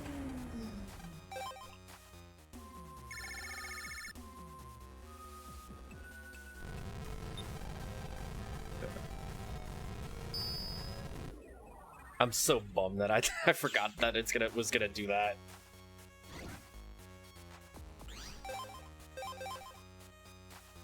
Who knows? Maybe I'll go back to the chip trader one more time later and do it.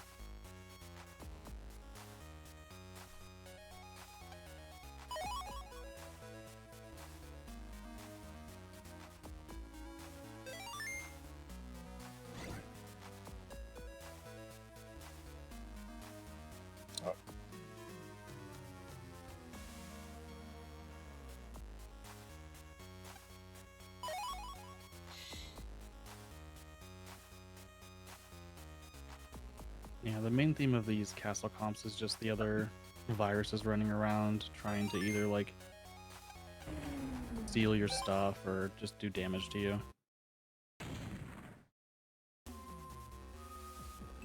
Yeah, there's 3 different types of viruses there. There's the bandit virus that steals half your zenny. There's the vampire virus, which steals 100 HP, and then there's the zombie virus, which brings you to the nearest graveyard, like the little tombstone.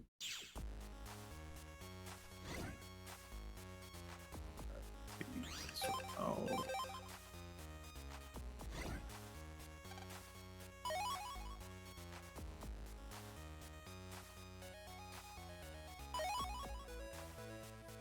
And that is also the first sub-memory, increasing how many sub-chips of every type we can carry.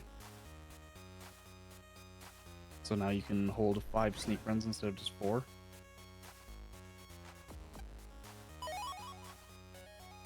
Which will come in handy big time for late game.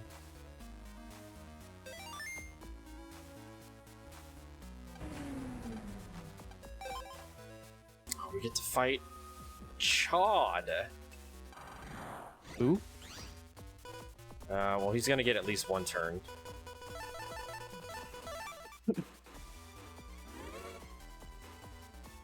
Alright, time to get the 30 guard stars.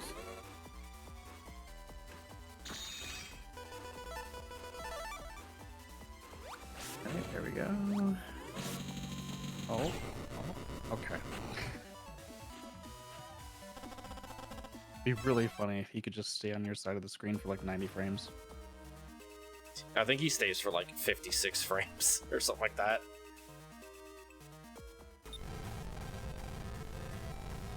Yeah, I've thankfully practiced that to where he doesn't do that, so I don't ever run into that issue.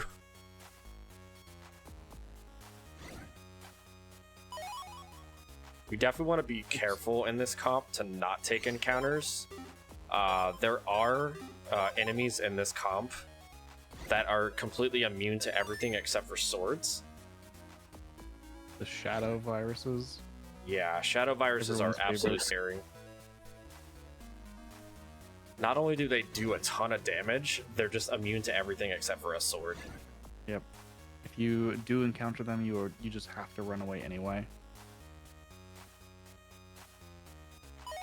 And Mega Man's current level, he can't run turn 1. Yeah, that's it's pretty a true statement in pretty much every game they can appear in. By the time you typically would run into them, you just don't have swords anymore anyway.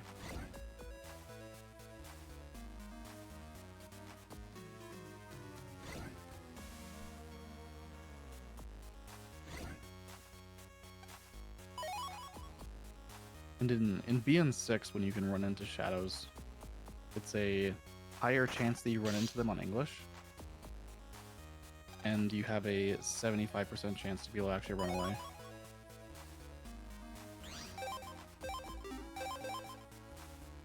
I didn't get a single prism. Well, good, then I sacrificed my prisms for the better good.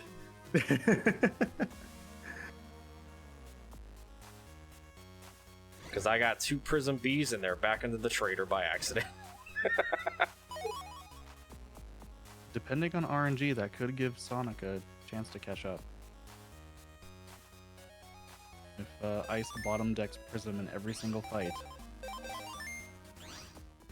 Could take a bit. Yep. Alright, that's Nightman done. Yep, that was Nightman.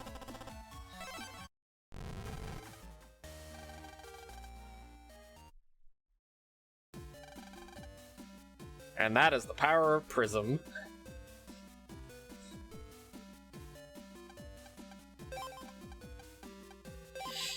Alright, so we buy this brooch here for 1,000 zennies, because we're gonna turn around and sell it to Yai for 10,000.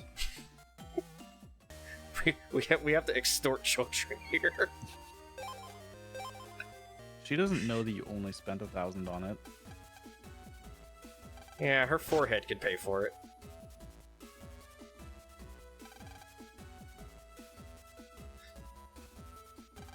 Oh, right. What did I forget? Oh, I forgot the. Gotta show him your passport. You can't just walk through. Yeah, why not? Alright, this is my favorite scenario in the entire game. Not only does it have my favorite track in the entire game, but I absolutely love this scenario. The most unrealistic airplane of all time.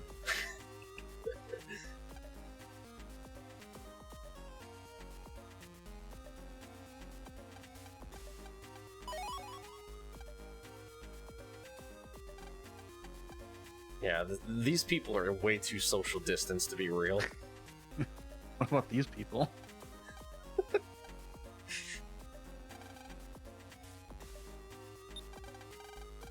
You go into the expensive seats and they don't even have seat belts up there. It's fine, they paid for less turbulence.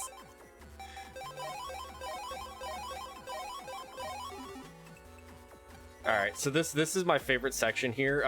When Sonic wrote the notes, because you have to go in there to go to the bathroom, Sonic just wrote, use the lavatory to blast a dookie.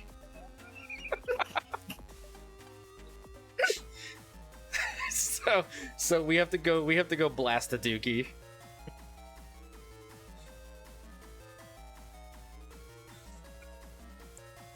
I mean, it's part of the story, and that's what he's doing. So I don't know why it's just so funny. It's just reading the notes. It just says, use the lavatory to blast the dookie, and then at the very end of that line, it just says LOL.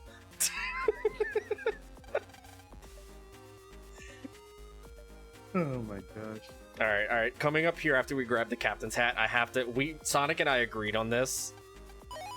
Yes. So I'm gonna wrap this section because that's what it is. Alright. Chicky chick, baby, make me go kaboom. Can you digit, lady? Oh, my love fire, coming to you soon. Beautiful. And then the after you wrap that, the guy gives a 12-year-old whiskey. Don't try this at home.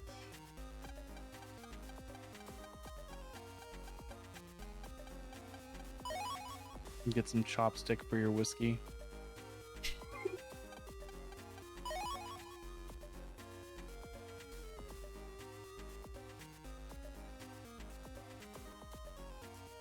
All this to catch a spider that's very poisonous.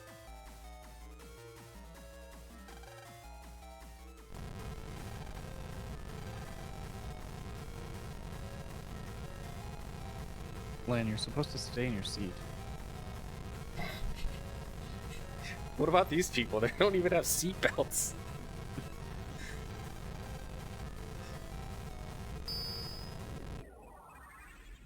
Alright, I'm not gonna talk much in this section because I love this song. Yeah, the airplane comp is all about disabling the magnetism that is causing this turbulence. And also making all of these one-way paths. Oh, you know what? Hold on. I forgot something. This is kind of required for encounters in here. Yes. So that means I need to go buy... That's fine. Everybody's, you know, potentially gonna die to the turbulence here.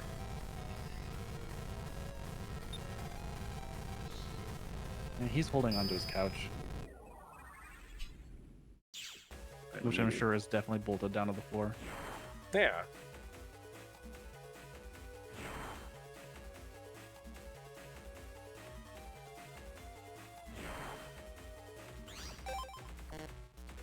Yeah, Alright, the so I'm about to be movement in here very- is fairly specific with spacing out your sneak runs to be able to get to the end with no encounters. Yeah, and I especially have to be a little mindful on it because I used one and then left.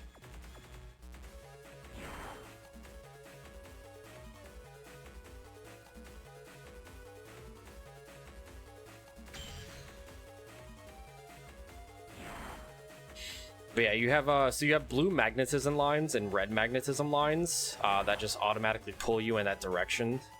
But we need to disable the magnetized fields in order to access like areas beyond where we need to get to.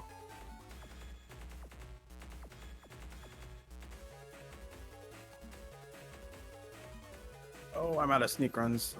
That's not good. Gonna be getting encounters here.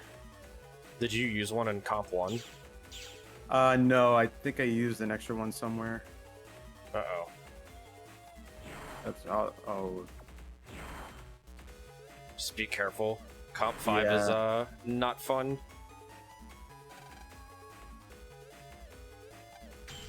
Try to run from it, hopefully. Okay.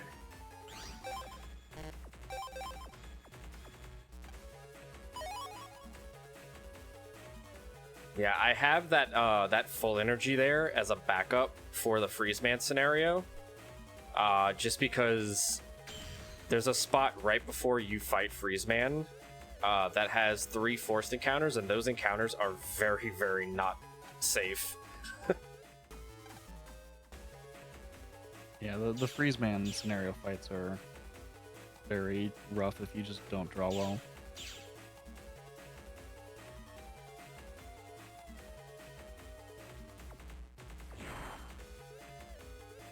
Save right here just in case.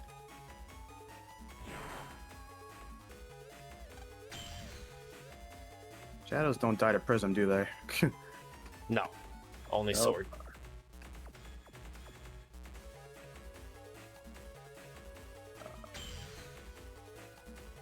Oh dear, this might not be good.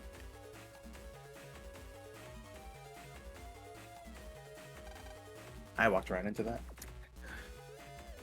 That's okay, I saved right before, so it should be right. Okay, yeah. I have enough sneak runs now.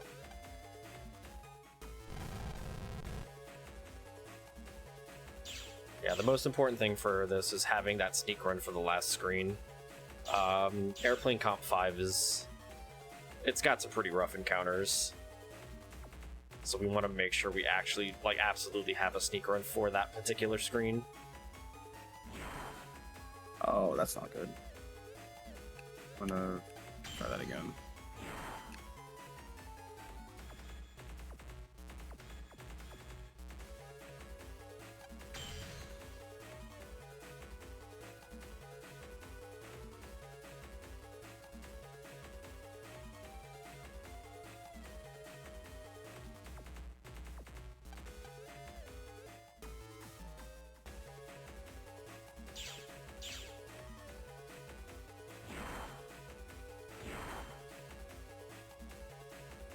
I love when it pulls Mega Man there, he, like, secretes this, like, purple dust under his feet. In a cyber world. It's dusty. Yeah. Prism, where are you?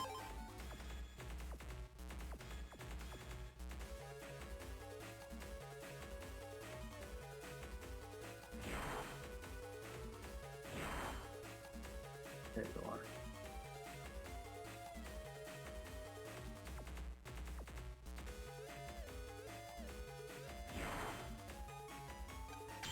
Okay. And that is the last magnetized field we'll be doing for our good pal here.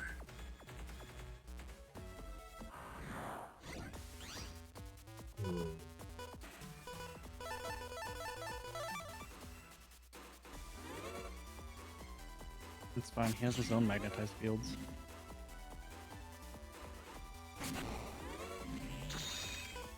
Hmm.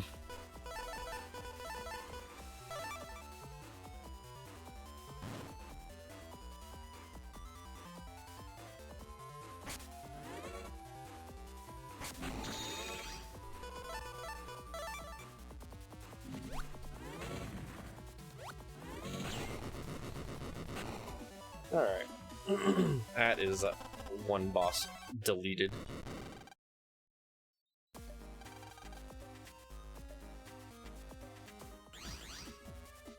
I'm so used to there just being a cutscene there.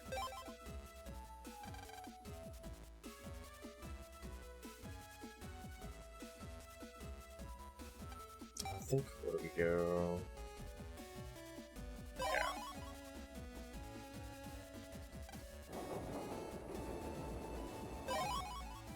Alright, so normally in a casual playthrough, when you come back from the trip, you're supposed to talk to that NPC that we talked to buy that thing for Yai. We're supposed to buy stuff for all of our friends. But I wouldn't necessarily call Dex a friend. So the only gift that we're going to buy Dex is we're going to delete his Navi again.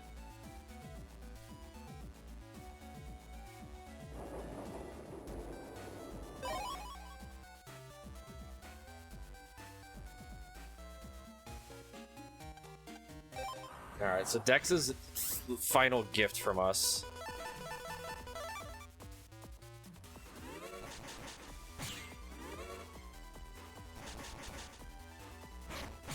Is I'm going to sit here and paralyze his Navi over and over. While fishing for one draw.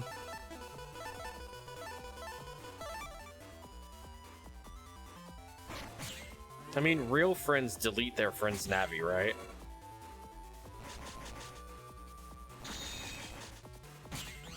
It's like the cousin that deleted your Pokemon save file. Here, Dex, I brought you a gift.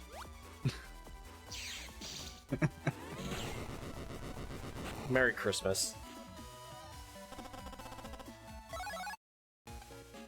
And he's like, that was a glitch.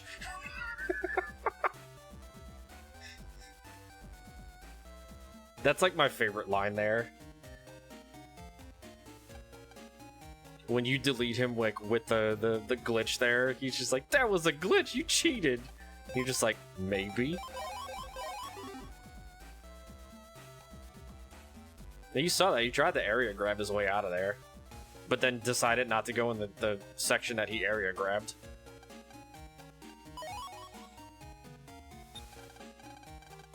Alright, so we bought that thing for Yai for 1,000 zennies, and she sold it, like, we sold it to her for 10,000. All right, here we go. Whiskey rap.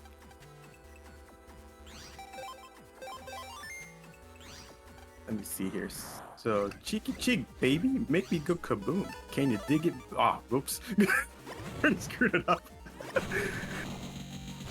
See, cheeky chick, baby, make me go kaboom. Can you dig it, lady? Oh, my love fire, coming to you soon. Let's go. Hell yeah. Word.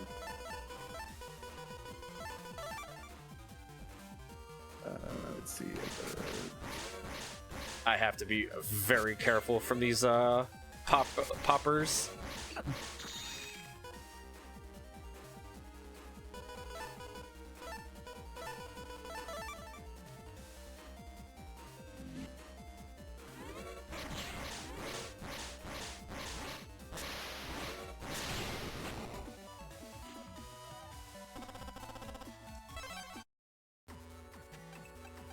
Those things can actually one-shot me.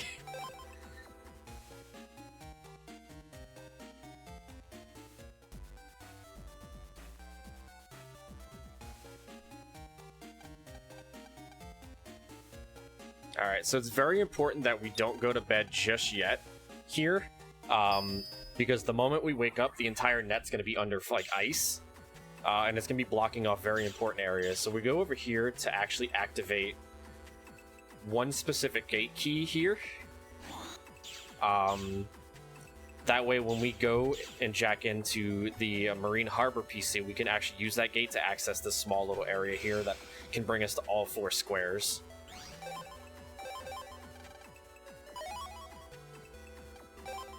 Now we can go to bed.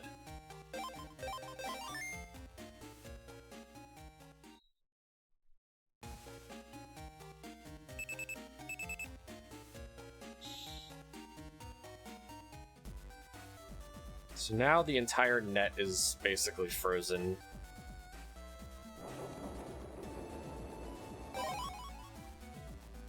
Because of like everything that Freezman and company have been doing.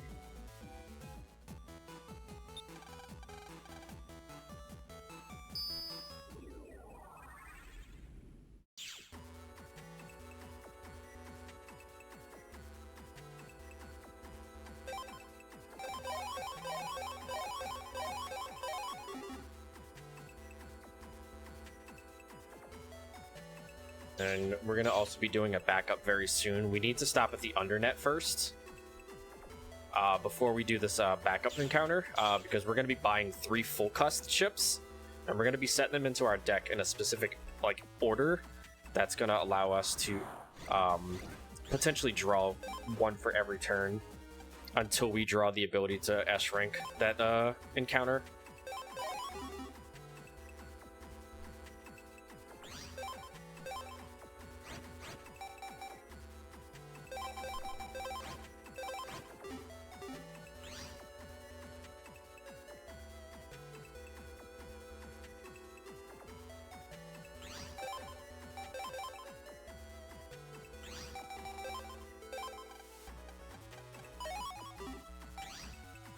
I always forget about that mail there to get that pass. I run over to the airport and they're like, you can't go this way. And I'm just like, wait, what?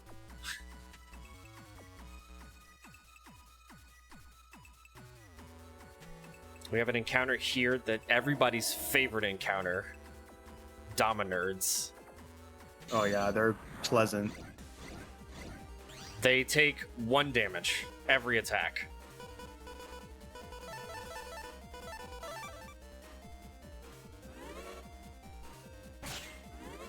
But the best part is they take 20 damage from my charge shot.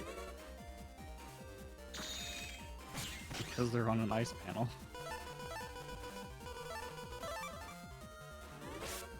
Oops.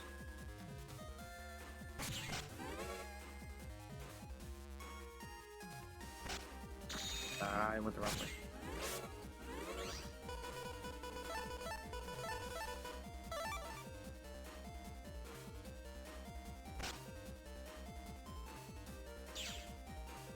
Yeah, as long as their mouth is open, they take more damage.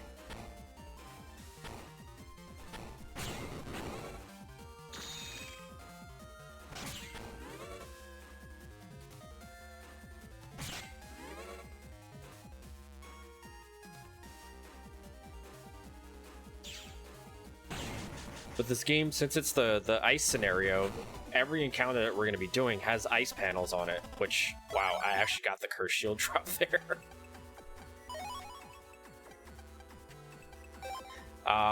Is going to cause us to slide around, and that's one of the other reasons why we want Aqua Style there, because Mega Man doesn't slide around on the panels.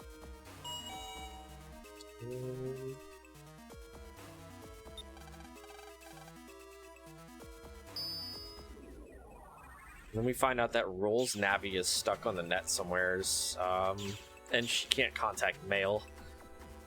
So we need to go save Roll. Because that's what good partners do, right? Yeah, that's exactly what they do.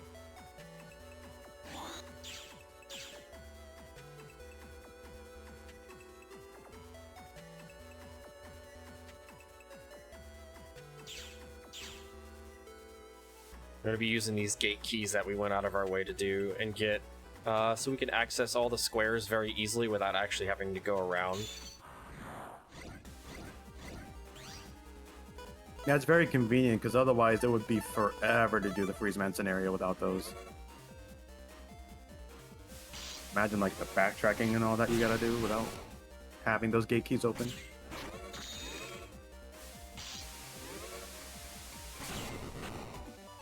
Okay, so I'm finally getting over to Magnet Man after dying a bunch.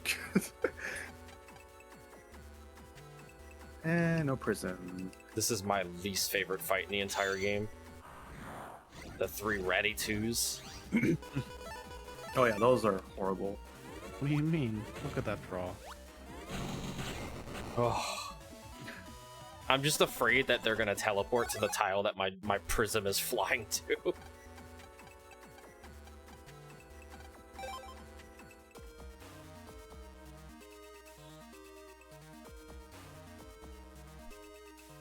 Prism, you can come out now. Gosh. Alright, Phantom, do I try one more Gamba?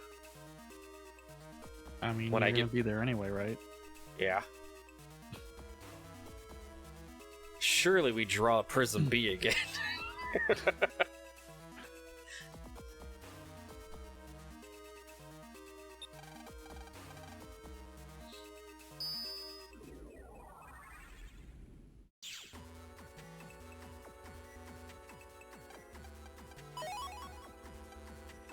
Oh, thank goodness.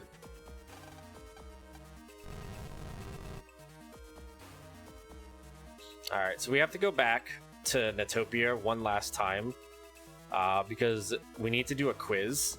It gives us an HP memory, but it also gives us a gate key, which that gate key leads to Netopia. So instead of having to fly out there, you know, through the airport every single time, Instead of having to go through TSA and take a, 10-hour flight across the world. yeah, we're kind of like in a hurry. There's Mr. Match. We don't ever fight him. I might fight him if I feel like it. I like beating up Mr. Match. You gotta make sure Mr. Match knows that no matter what he changes his Navi to, it's never gonna be good enough.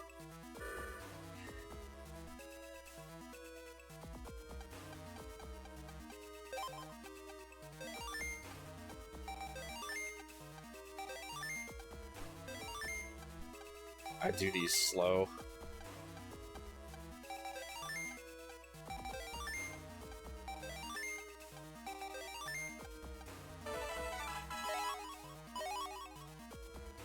Alright, we're gonna do the chip trader one more time. I just bullied Dex right now. Nice. Deserved. That's a glitch. Alright, this isn't normally in the route, but...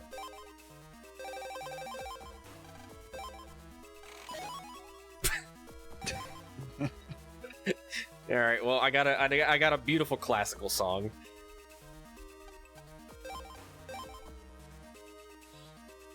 Yeah, Sonic, I went and did the chip trader one more time and it gave me Canon D. Oh no. So I It's at just least not get to meant to listen to be. some... I get to listen to some good classical music. I mean, yeah, that's fair. It's always nice.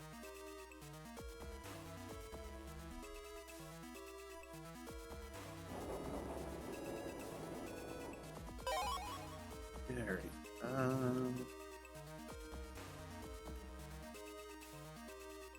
I did that way too early. Alright, so now we find out that we need to go and we have to create the yellow cure, which is used to break the yellow ice bricks. But in order... I'm going the wrong way. In order to do so, we need to find someone named The Doc. And that person can create cures. That's the battle board.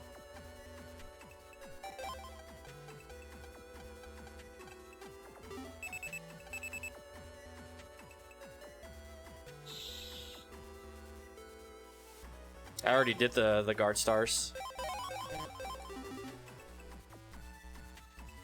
We do the guard stars in the middle of the Nightman scenario.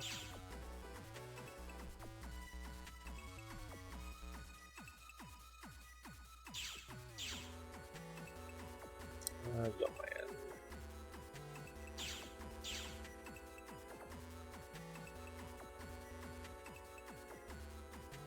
Alright, so we have a minor menu there, just a reg dash star. Because there's a few encounters coming up here that just are better cleared with dash star than prism.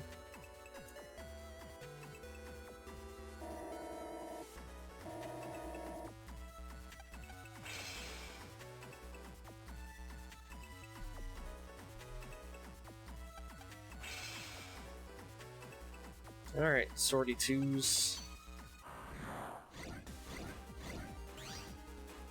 Incredible.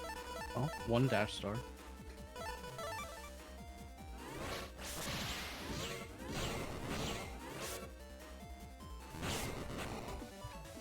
Got his ass.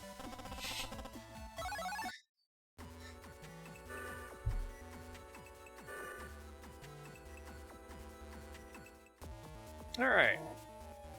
So I'm going to try and delay using this sneak run as long as possible.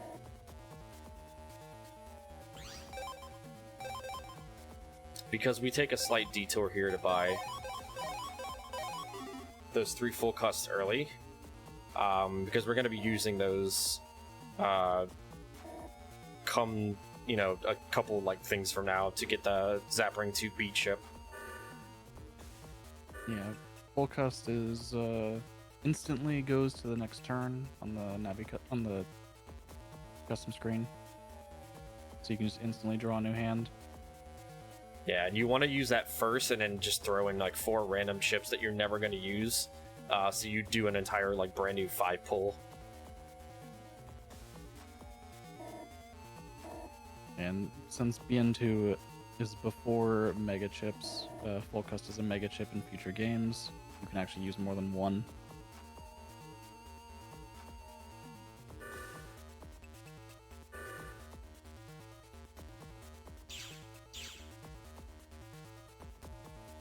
I love how the Undernet like area is like just nothing but like dark static.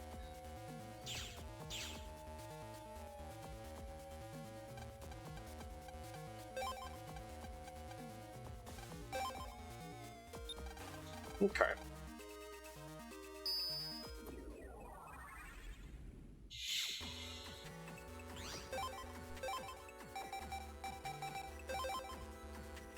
Let's punch a wide sword.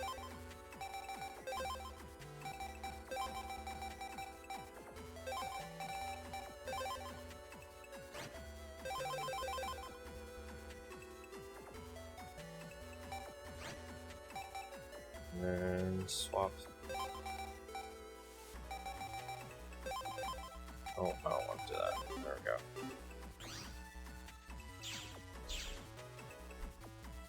Alright, I am going to be making a safety save right here in front of this encounter. Because if I get hit once, it ruins the S rank. And this chip is required for story progression. Yeah, this is the last reasonable chance to get Zapring 2B from a guaranteed encounter. Otherwise, you're running around Utopia hoping to get lucky.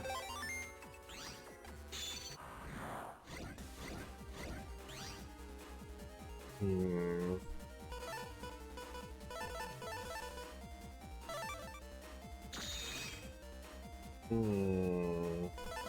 Yeah, just try it. Okay. Terrible first 2 draws. Well, Alright. That one worked out. Okay. And that is why we make the safety save.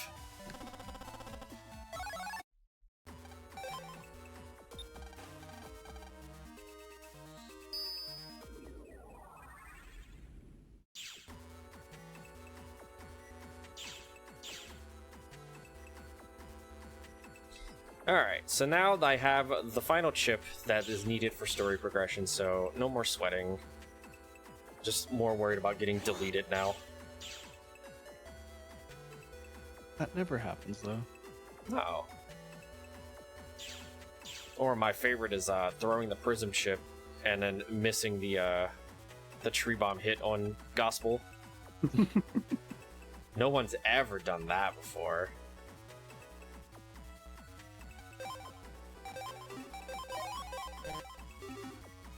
It's fine. I've seen prism get thrown, then Gospel spawns trash under it, so it just destroys the prism.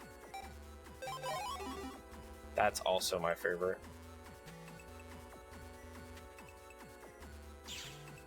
I bought that power-up just a smidge early. But it's fine, we have to do it regardless. That is not Netopia 2. I always get mixed up in Netopia.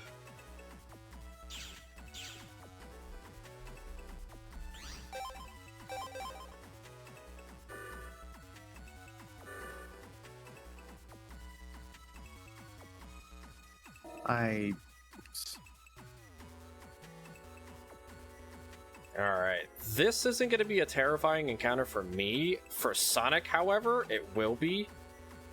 Wait. Yeah. Oh, I didn't go... I forgot to go make the actual yellow car. I skipped far ahead of myself here. I'll just do that.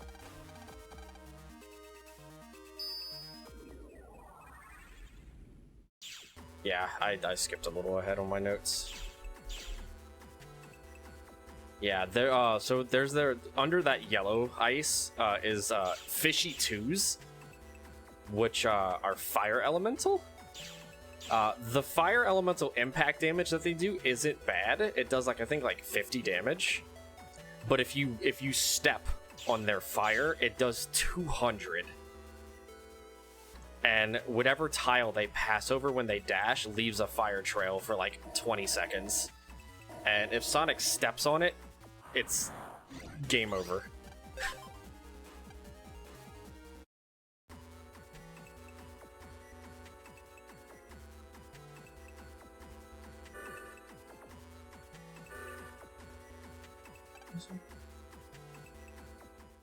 Wait. I am so, like, confusing myself here. This is someone's code.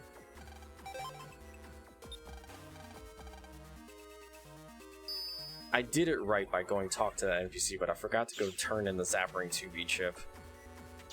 Brain is just turning off for a moment.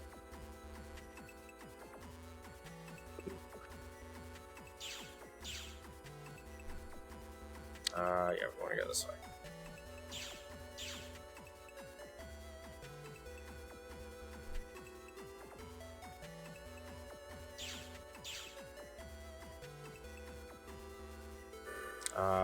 Since I already used... No, we should be fine to do this.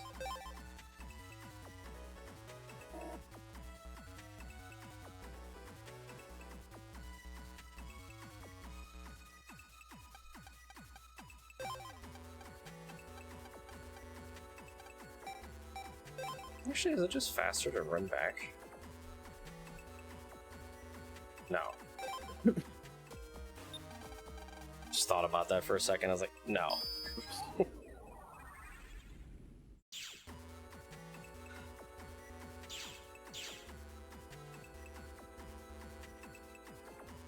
Yeah, Freezman scenario has a lot of like just walking back and forth through Yumland to Undernet.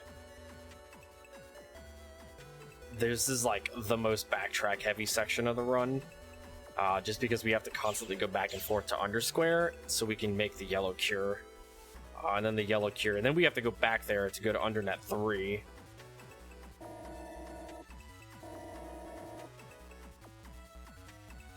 Nice, made it through that screen transition without an encounter, which means my encounter threat level goes down.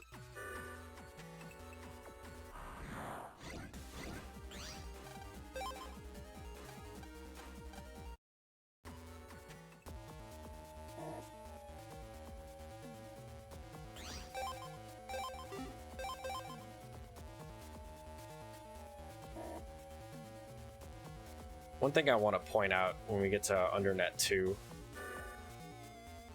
or like you can even just like kind of look at the platforms here. The platforms here remind me of the original Xbox logo. Mm. Shout outs to the original Xbox logo.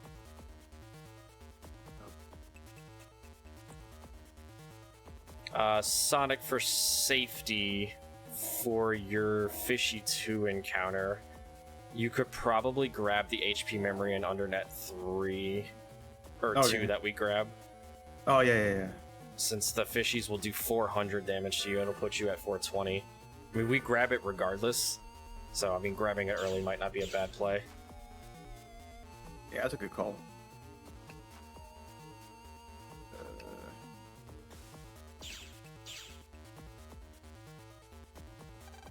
All right, so we know the keyword now to summon the dock. So like a normal civilian, we're gonna go right on the forums, and the only thing that we're gonna put is the keyword.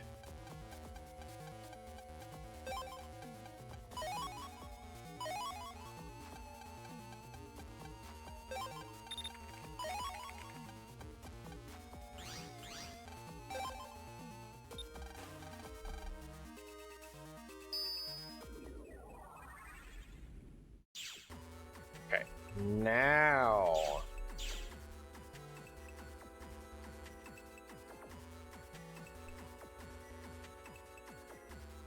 Yes, there we go.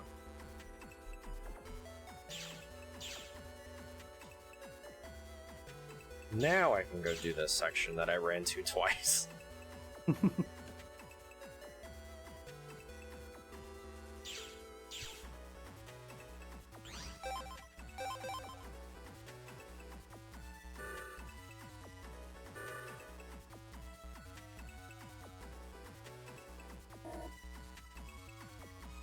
Okay, so this is the triple fishy 2 encounter.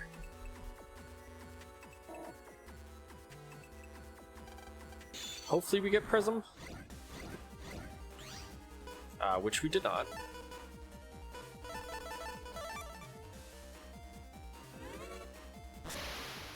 I don't know why I added those, by the way.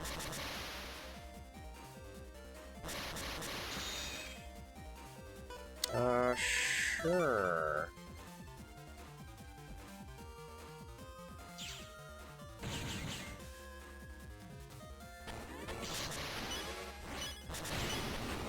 Uh-oh. Yep. This is fine. Oh! That is not fine. Alright, well... That gives Sonic some time to catch up. Uh-oh. Yeah.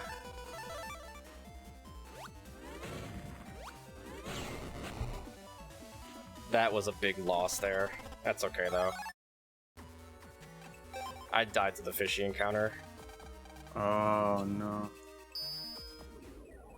Yeah, I got absolute garbage draw, like, first 2 rounds.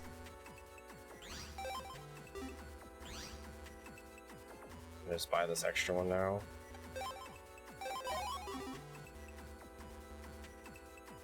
Yeah, even so the fire thing does 300 damage, it looks like.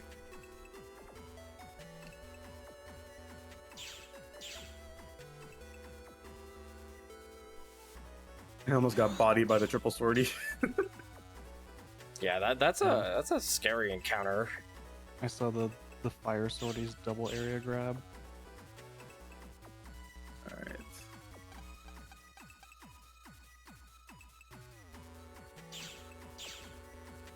Oh, I gotta do a detour and get the full costs.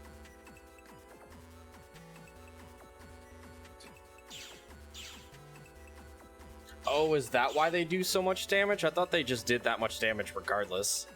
I didn't know that they stacked. That's even worse.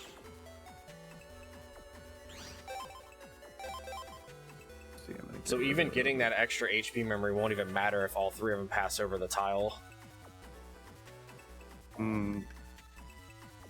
Because it could just hit you for 600 damage and just laugh at you.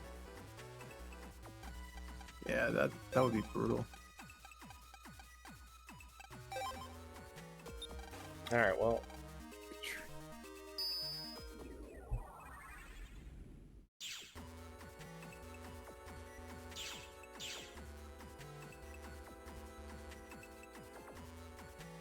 Second. All in all, what Rish is explaining is that encounter sucks. Just top deck your best trips. That's it.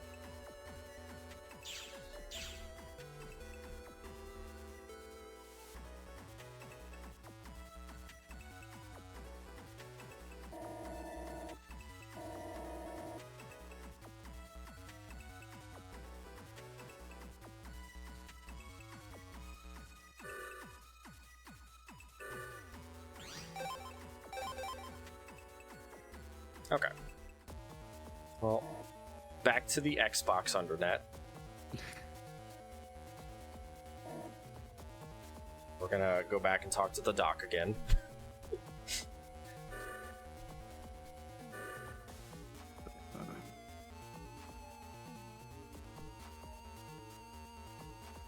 All in all, only really like a few minutes from where we were anyway.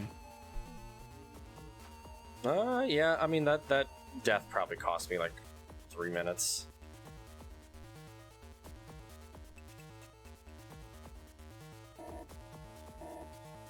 It's a pretty rough death, but this is why we make our safety saves in a marathon.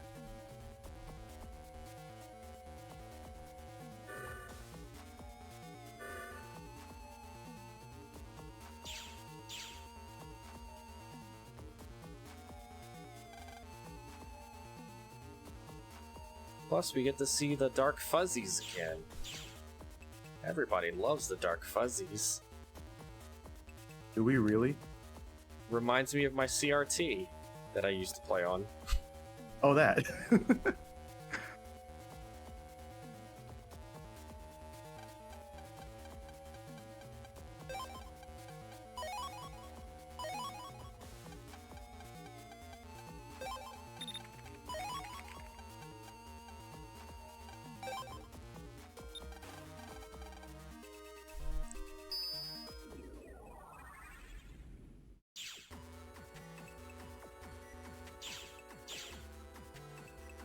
Sonic, don't pull a me, and please save fun of the fishy to encounter.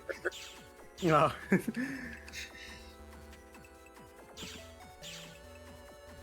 I'll be sure not to do that.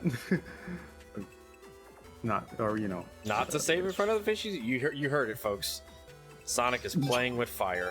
Literally. He's gonna get burned. Well, like Rich said in chat, the fire under the trail of the fishies stacks. So Yeah, so either way, I'm you not just gonna be get good for me. Omega deleted. Alright. Watch me first turn these now. Maybe not.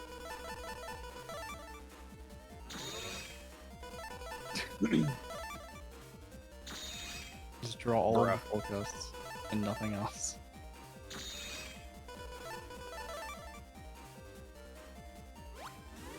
I knew it was gonna happen.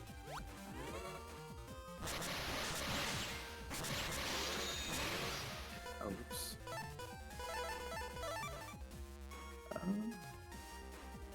Think-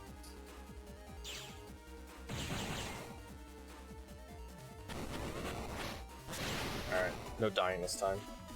Oh. I was so close to getting on the warp point before the sneak run. Or after the sneak run ran out. Alright. We're safe. For now. Until the next time you see that exact encounter. Surely we don't ever see that encounter ever again, right? Smile emoji? It's the Freezman scenario. Of course there's fire viruses. So true.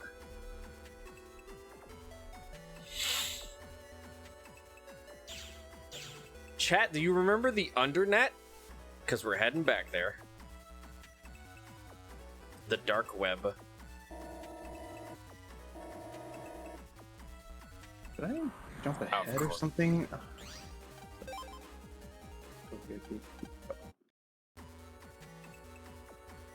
think I might have jumped a Did little you ahead on. did you turn in the Zappering 2B? I did get the Zapping 2B. Did you turn it in though? Did I turn it in? No. To the NPC in Okay, yeah, I didn't do that yet. Okay, that's what it was. uh-oh. Got a little greedy. I think we should be fine. Greeting with the flappy threes. I think I might have jumped ahead somewhere. Actually, that's... Yeah, Oh, Natopia 2 lower. You have to go turn in the Zappering 2B. That's right, I went in the wrong spot. There we go. Now we should be good. Yeah, there's a lot of stuff that just could easily turn you around in this scenario.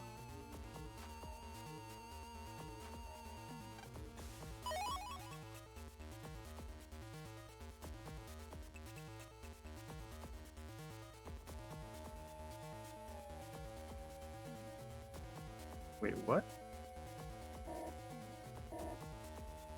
I didn't do something right here. I just talked to this Navi. It didn't even ask for the Zapring 2B.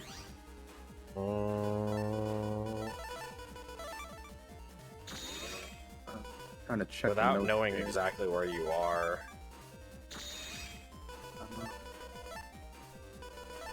Oh dear. What does Lance say here? That's square. Oh, of course.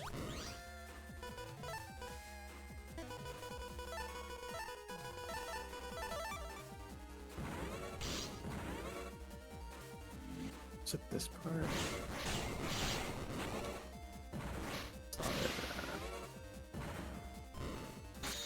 it. What did I do wrong? Hang on, I'm trying to like jump back did to my you- notes. So what I did you- was I bought the full cuss, and then I think I might have gotten a little confused on the notes here. I jacked out. The underscore.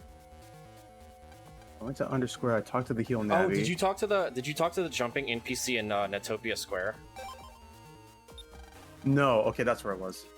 Yeah, there's an NPC in Netopia Square that's jumping that you have to talk to. Okay, that's why it didn't trigger. Okay. That's what I'm like thinking. What did I do wrong? I always forget about that NPC.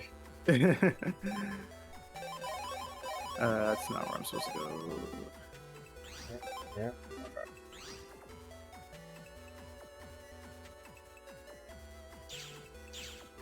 There's a jumping one. Yeah. Okay, now I have to go to. Okay, Now I you can think go we're to good. Yeah, now you can go to the... Utopia lower. Yep.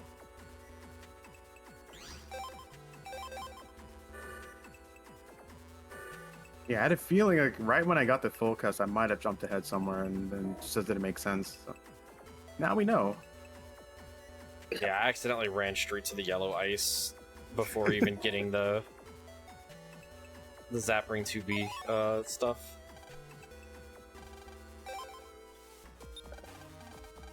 Okay, so now that we talked to that. Okay, there we go. Okay, now I should be back on track. Alright, we're getting actually pretty close to the end of Freezman scenario. Or at least I am. Yeah, I still got a long ways to go. Yeah, I'm about to go activate the cutscene where the Navi is walking under. And then we get the gate key made for Kodo Square. Yeah, I'm still like pretty far back. Okay, Yumland. Dang it.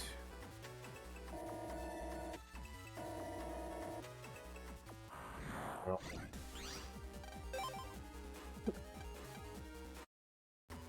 Good news is that should make it safe to not have to use the sneak run until we get to the Undernet. Nope, JK. I was lying.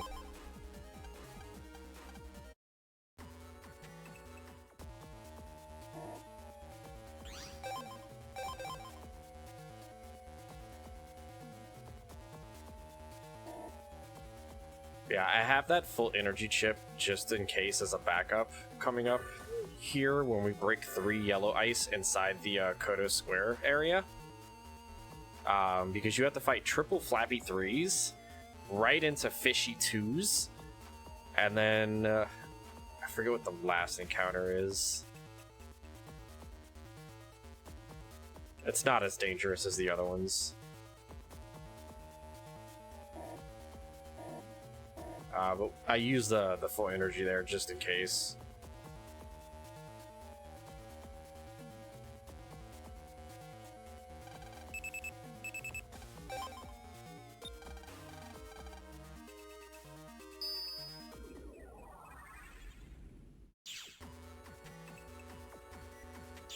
Okay, so now we're gonna head to Utopia Square.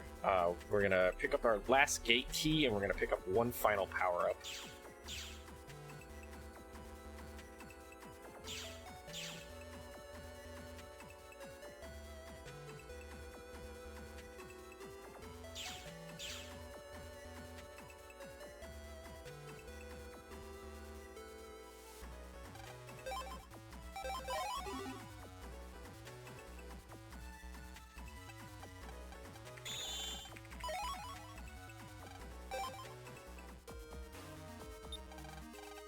And that gets us to the lower Undernet area, where we're gonna fight probably one of the most dangerous encounters in the whole run. I think Null and Void, most dangerous encounter, you think? I think so.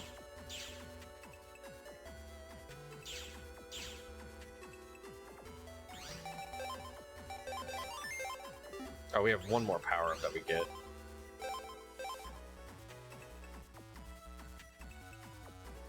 As we end this with level 51.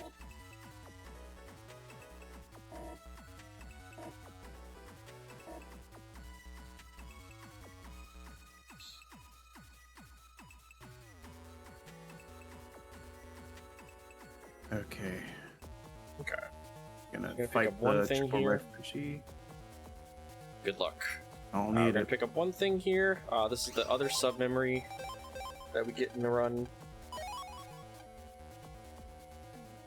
Because we will need 6 sneak runs to get through apartment comp. Another section that's incredibly dangerous because it has the level 2 shadows there.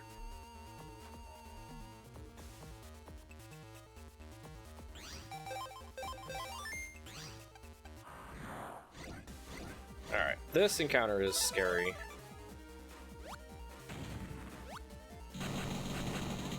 Of course, he doesn't come towards me.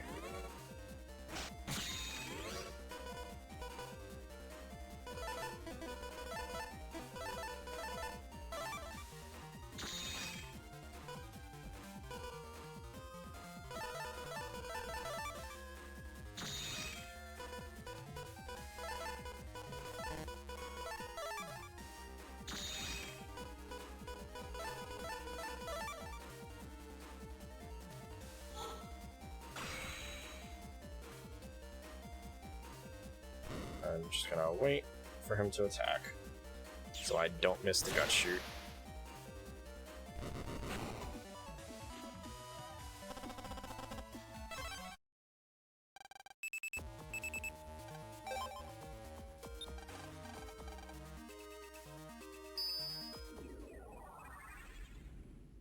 Alright.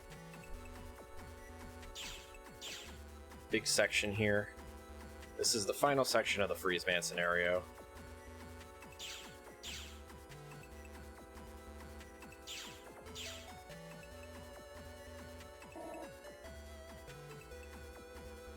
Oh, that is not the square.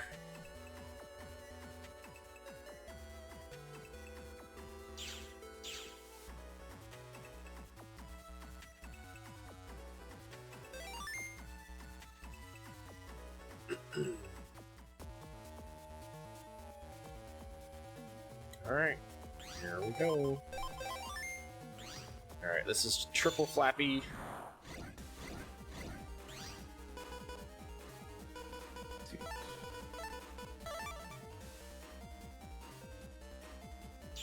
Okay, already did. Prism doesn't do a great job here.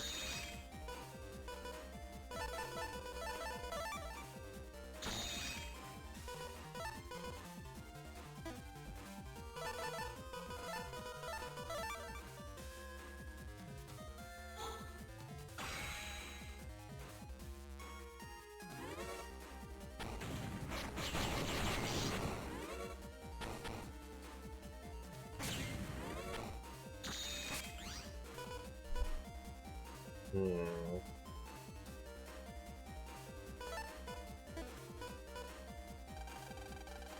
No. What's the, No, that's not it. Isn't there a way to, like, look at the map? Or, like, the field? I wish.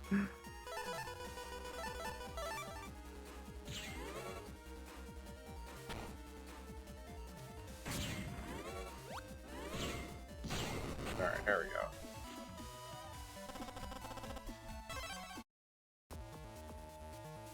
Alright, here's the fun encounter, TM. Ugh. Well, Alright. I can Well, protect both myself stop at them. least.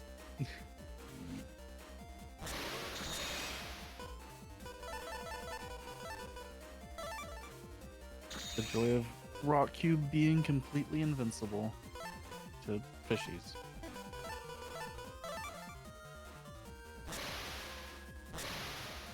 Oops, well.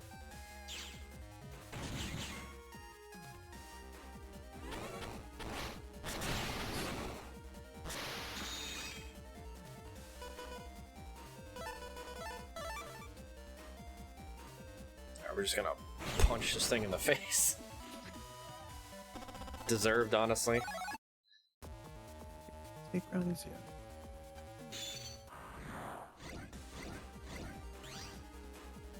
Ooh.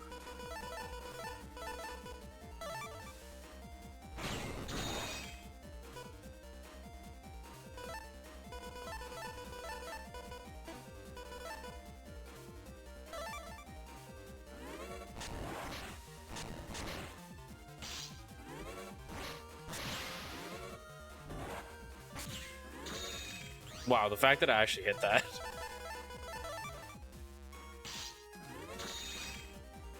And then it hit both of them. Sure. That was actually really cool.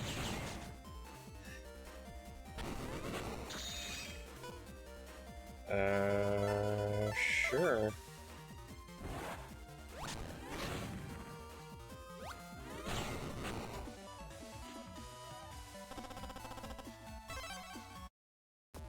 Okay.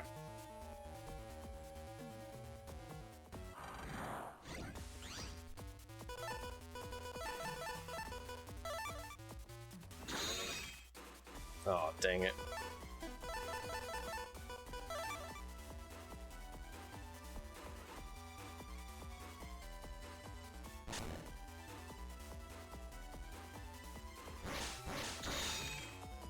Oh my god.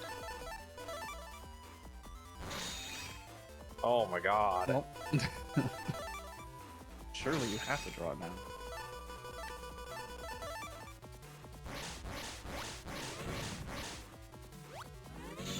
Get out of here. Skedaddle.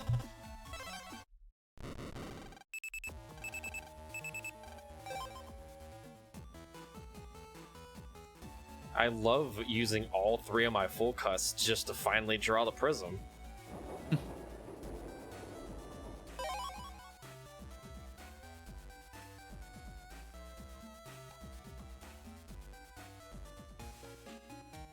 Mom, we saved the world.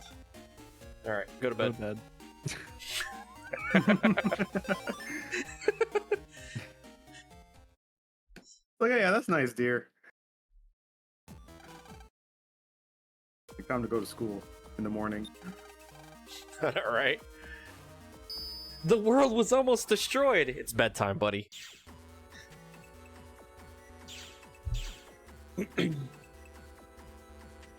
So it's a glitch in the Japanese version of the game. So for every frame that the tree bomb is inside the prism, that is not where I wanted to go. For every frame that the tree bomb is inside the prism, it deals the damage of the tree bomb attack. And it sits inside the prism for, I think, 82 frames before it finally leaves and, like, activates.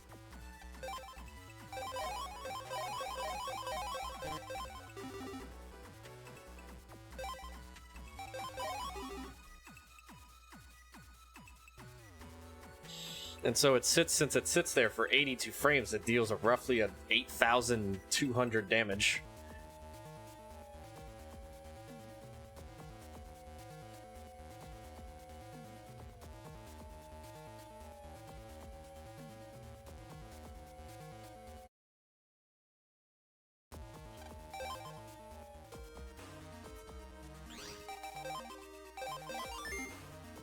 Okay, we are the proper level to avoid all encounters in apartment comp. Oh. Wait, didn't I buy a Marine Harbor pass? Apparently not. I know I bought a Marine Harbor pass. Does it just like strip you of your pass there? Scammed.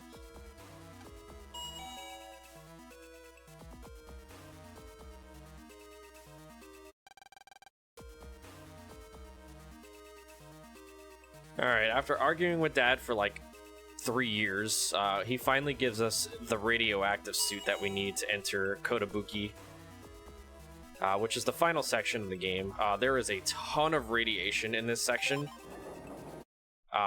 because this person here is just overloading these servers like to like thousands and thousands of percents. So it's causing the cyber world to sort of like try and like fuse its way with like the real world. Oh yeah. Yeah, Lan, you have to use the elevator switch. Duck.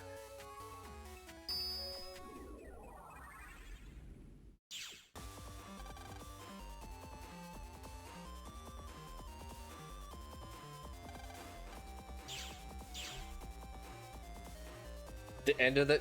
Oh. That's whack. They're only good for one day.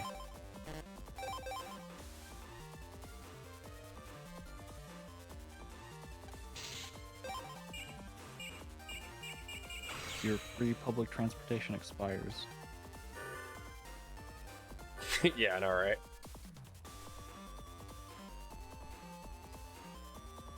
Yes, your free pass expires. You know, the pass that you get for being a child for free. It expires. So good luck. Hey, where I'm from, they charge children 75 cents. Extorting children. Can't believe this.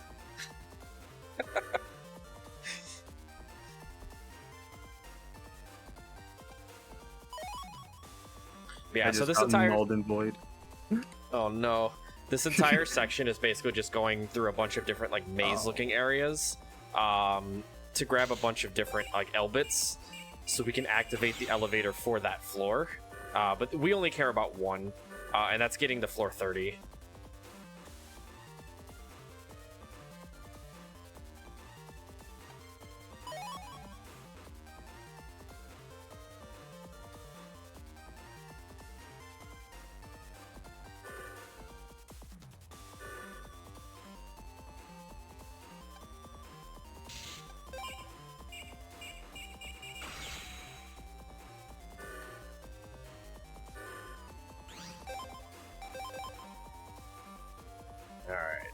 So we're going to be grabbing this L-bit here, and then just jacking right out, because it's faster to jack out here than it is to run back to where you need to activate it.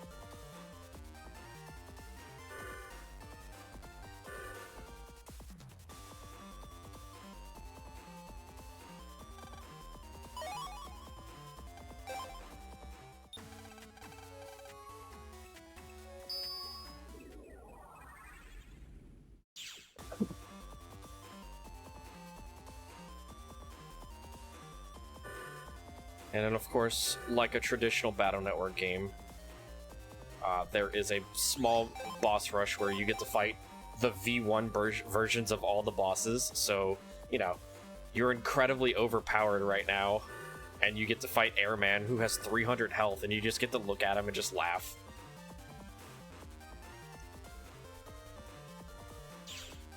They just literally copied and pasted it from the previous like, section. Yeah.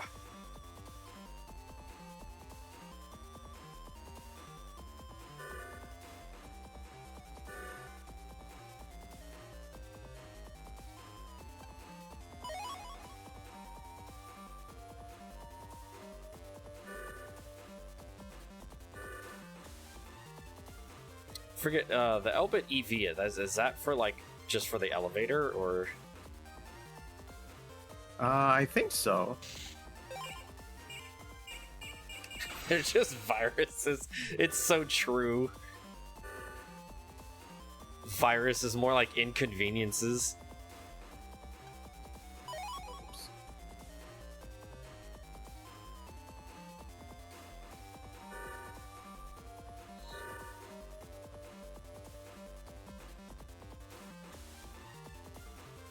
Yeah, but we have to be very mindful in this comp to save at least 2 sneak runs for the final section. So this should be the last sneak run that we use.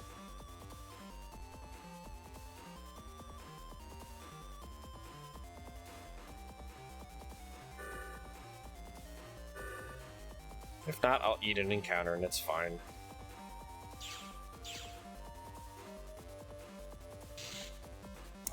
Wait. Did I forget something? Oh, right, no, it's this one. Duh.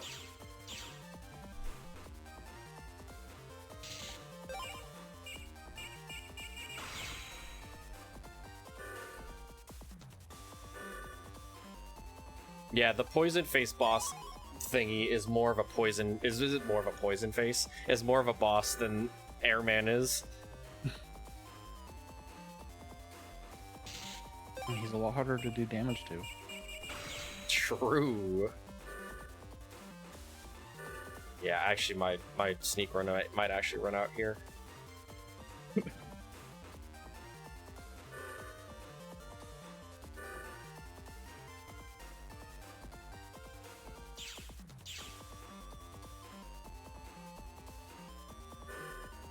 Might be fine.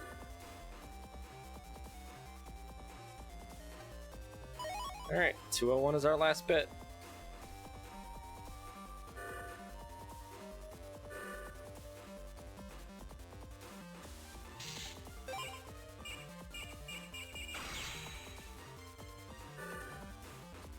Alright, air quotes, boss rush.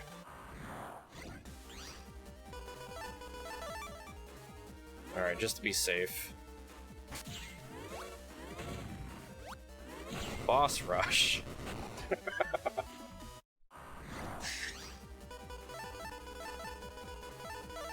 I did not mean to hit add. I'm so used to hitting add there. It's okay, we'll just get 9 extra chips. The Quickman's invincible. How will you Oh my possibly god. kill him?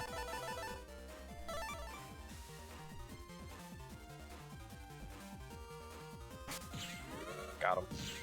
Got him.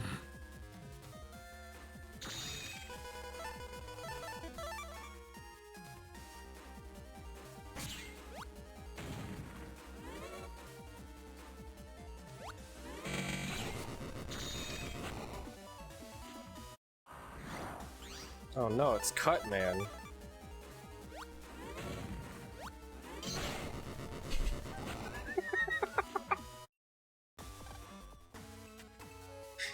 Ah. Yeah, exactly.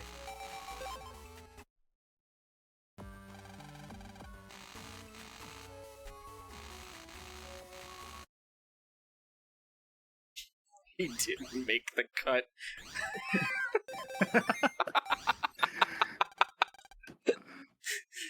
Got him. Oh, whoops. Alright, so we have one more set of boss rush. Where we're gonna fight Nightman, Magnet Man, and Deleted Man. Deleted, man. It's Freezman. He's deleted. Oh, true.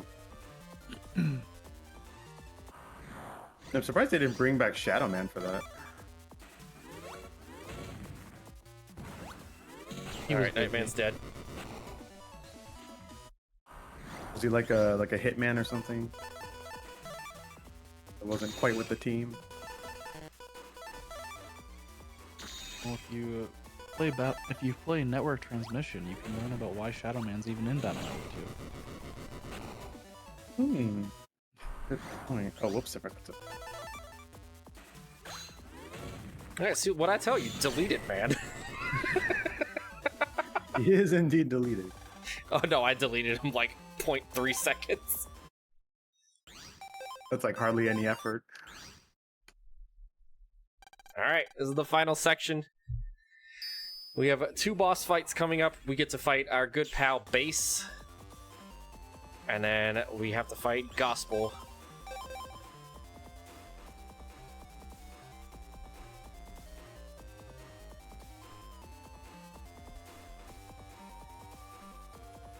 I will be taking the safe strat here and paralyzing Bass before I throw this prism, because Bass loves to dash onto the tile that has your prism and just watch it explode. I just did the same thing you did, thinking I'll be able to go to the Marine Harbor after the scenario. It took away my ticket.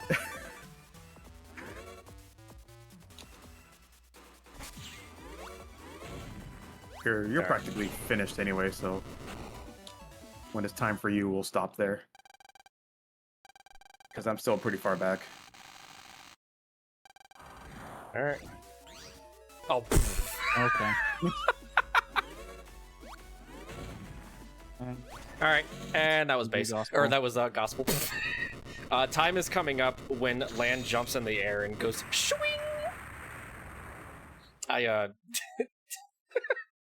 The prism was slot 2. And time. Yeah, GG's.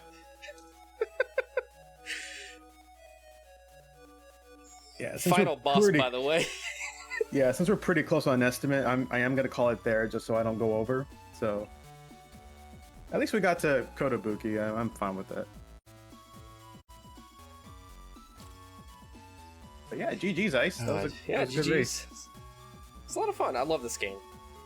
It's fun. Yeah, I kind of wish I didn't get bodied earlier, like from some of the boss fights there, but it's okay. Yeah, I mean that's the joy and love of this game. Yeah. Yeah,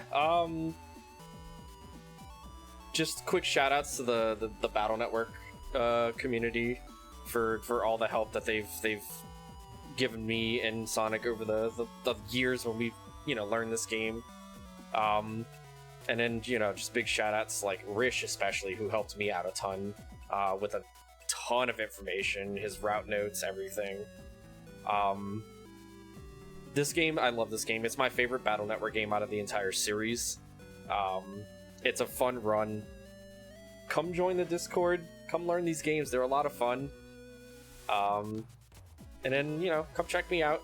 I will probably be occasionally running this game here and there. Just because, it's a great game. But yeah, Sonic, shout yourself out. Yeah, I mean, pretty much like echoing what Ice said earlier about the Battle Network community. Like, yeah, huge shout out to them. And yeah, I usually do platform speedruns. So this is like my, I guess, well, this is my second time actually running this game at a marathon setting. So it was a lot of fun, great experience. I definitely want to get better at this game too, because this is my favorite game in the entire series.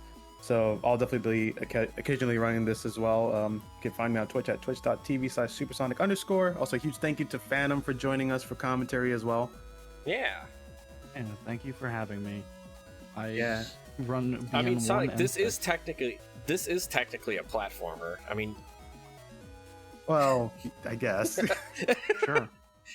yeah, you run on a platform. It's a platformer. Good point. Good point. But yeah, go ahead, Phantom.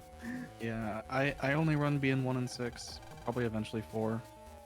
I know a lot about 2 just from watching everyone else that plays it.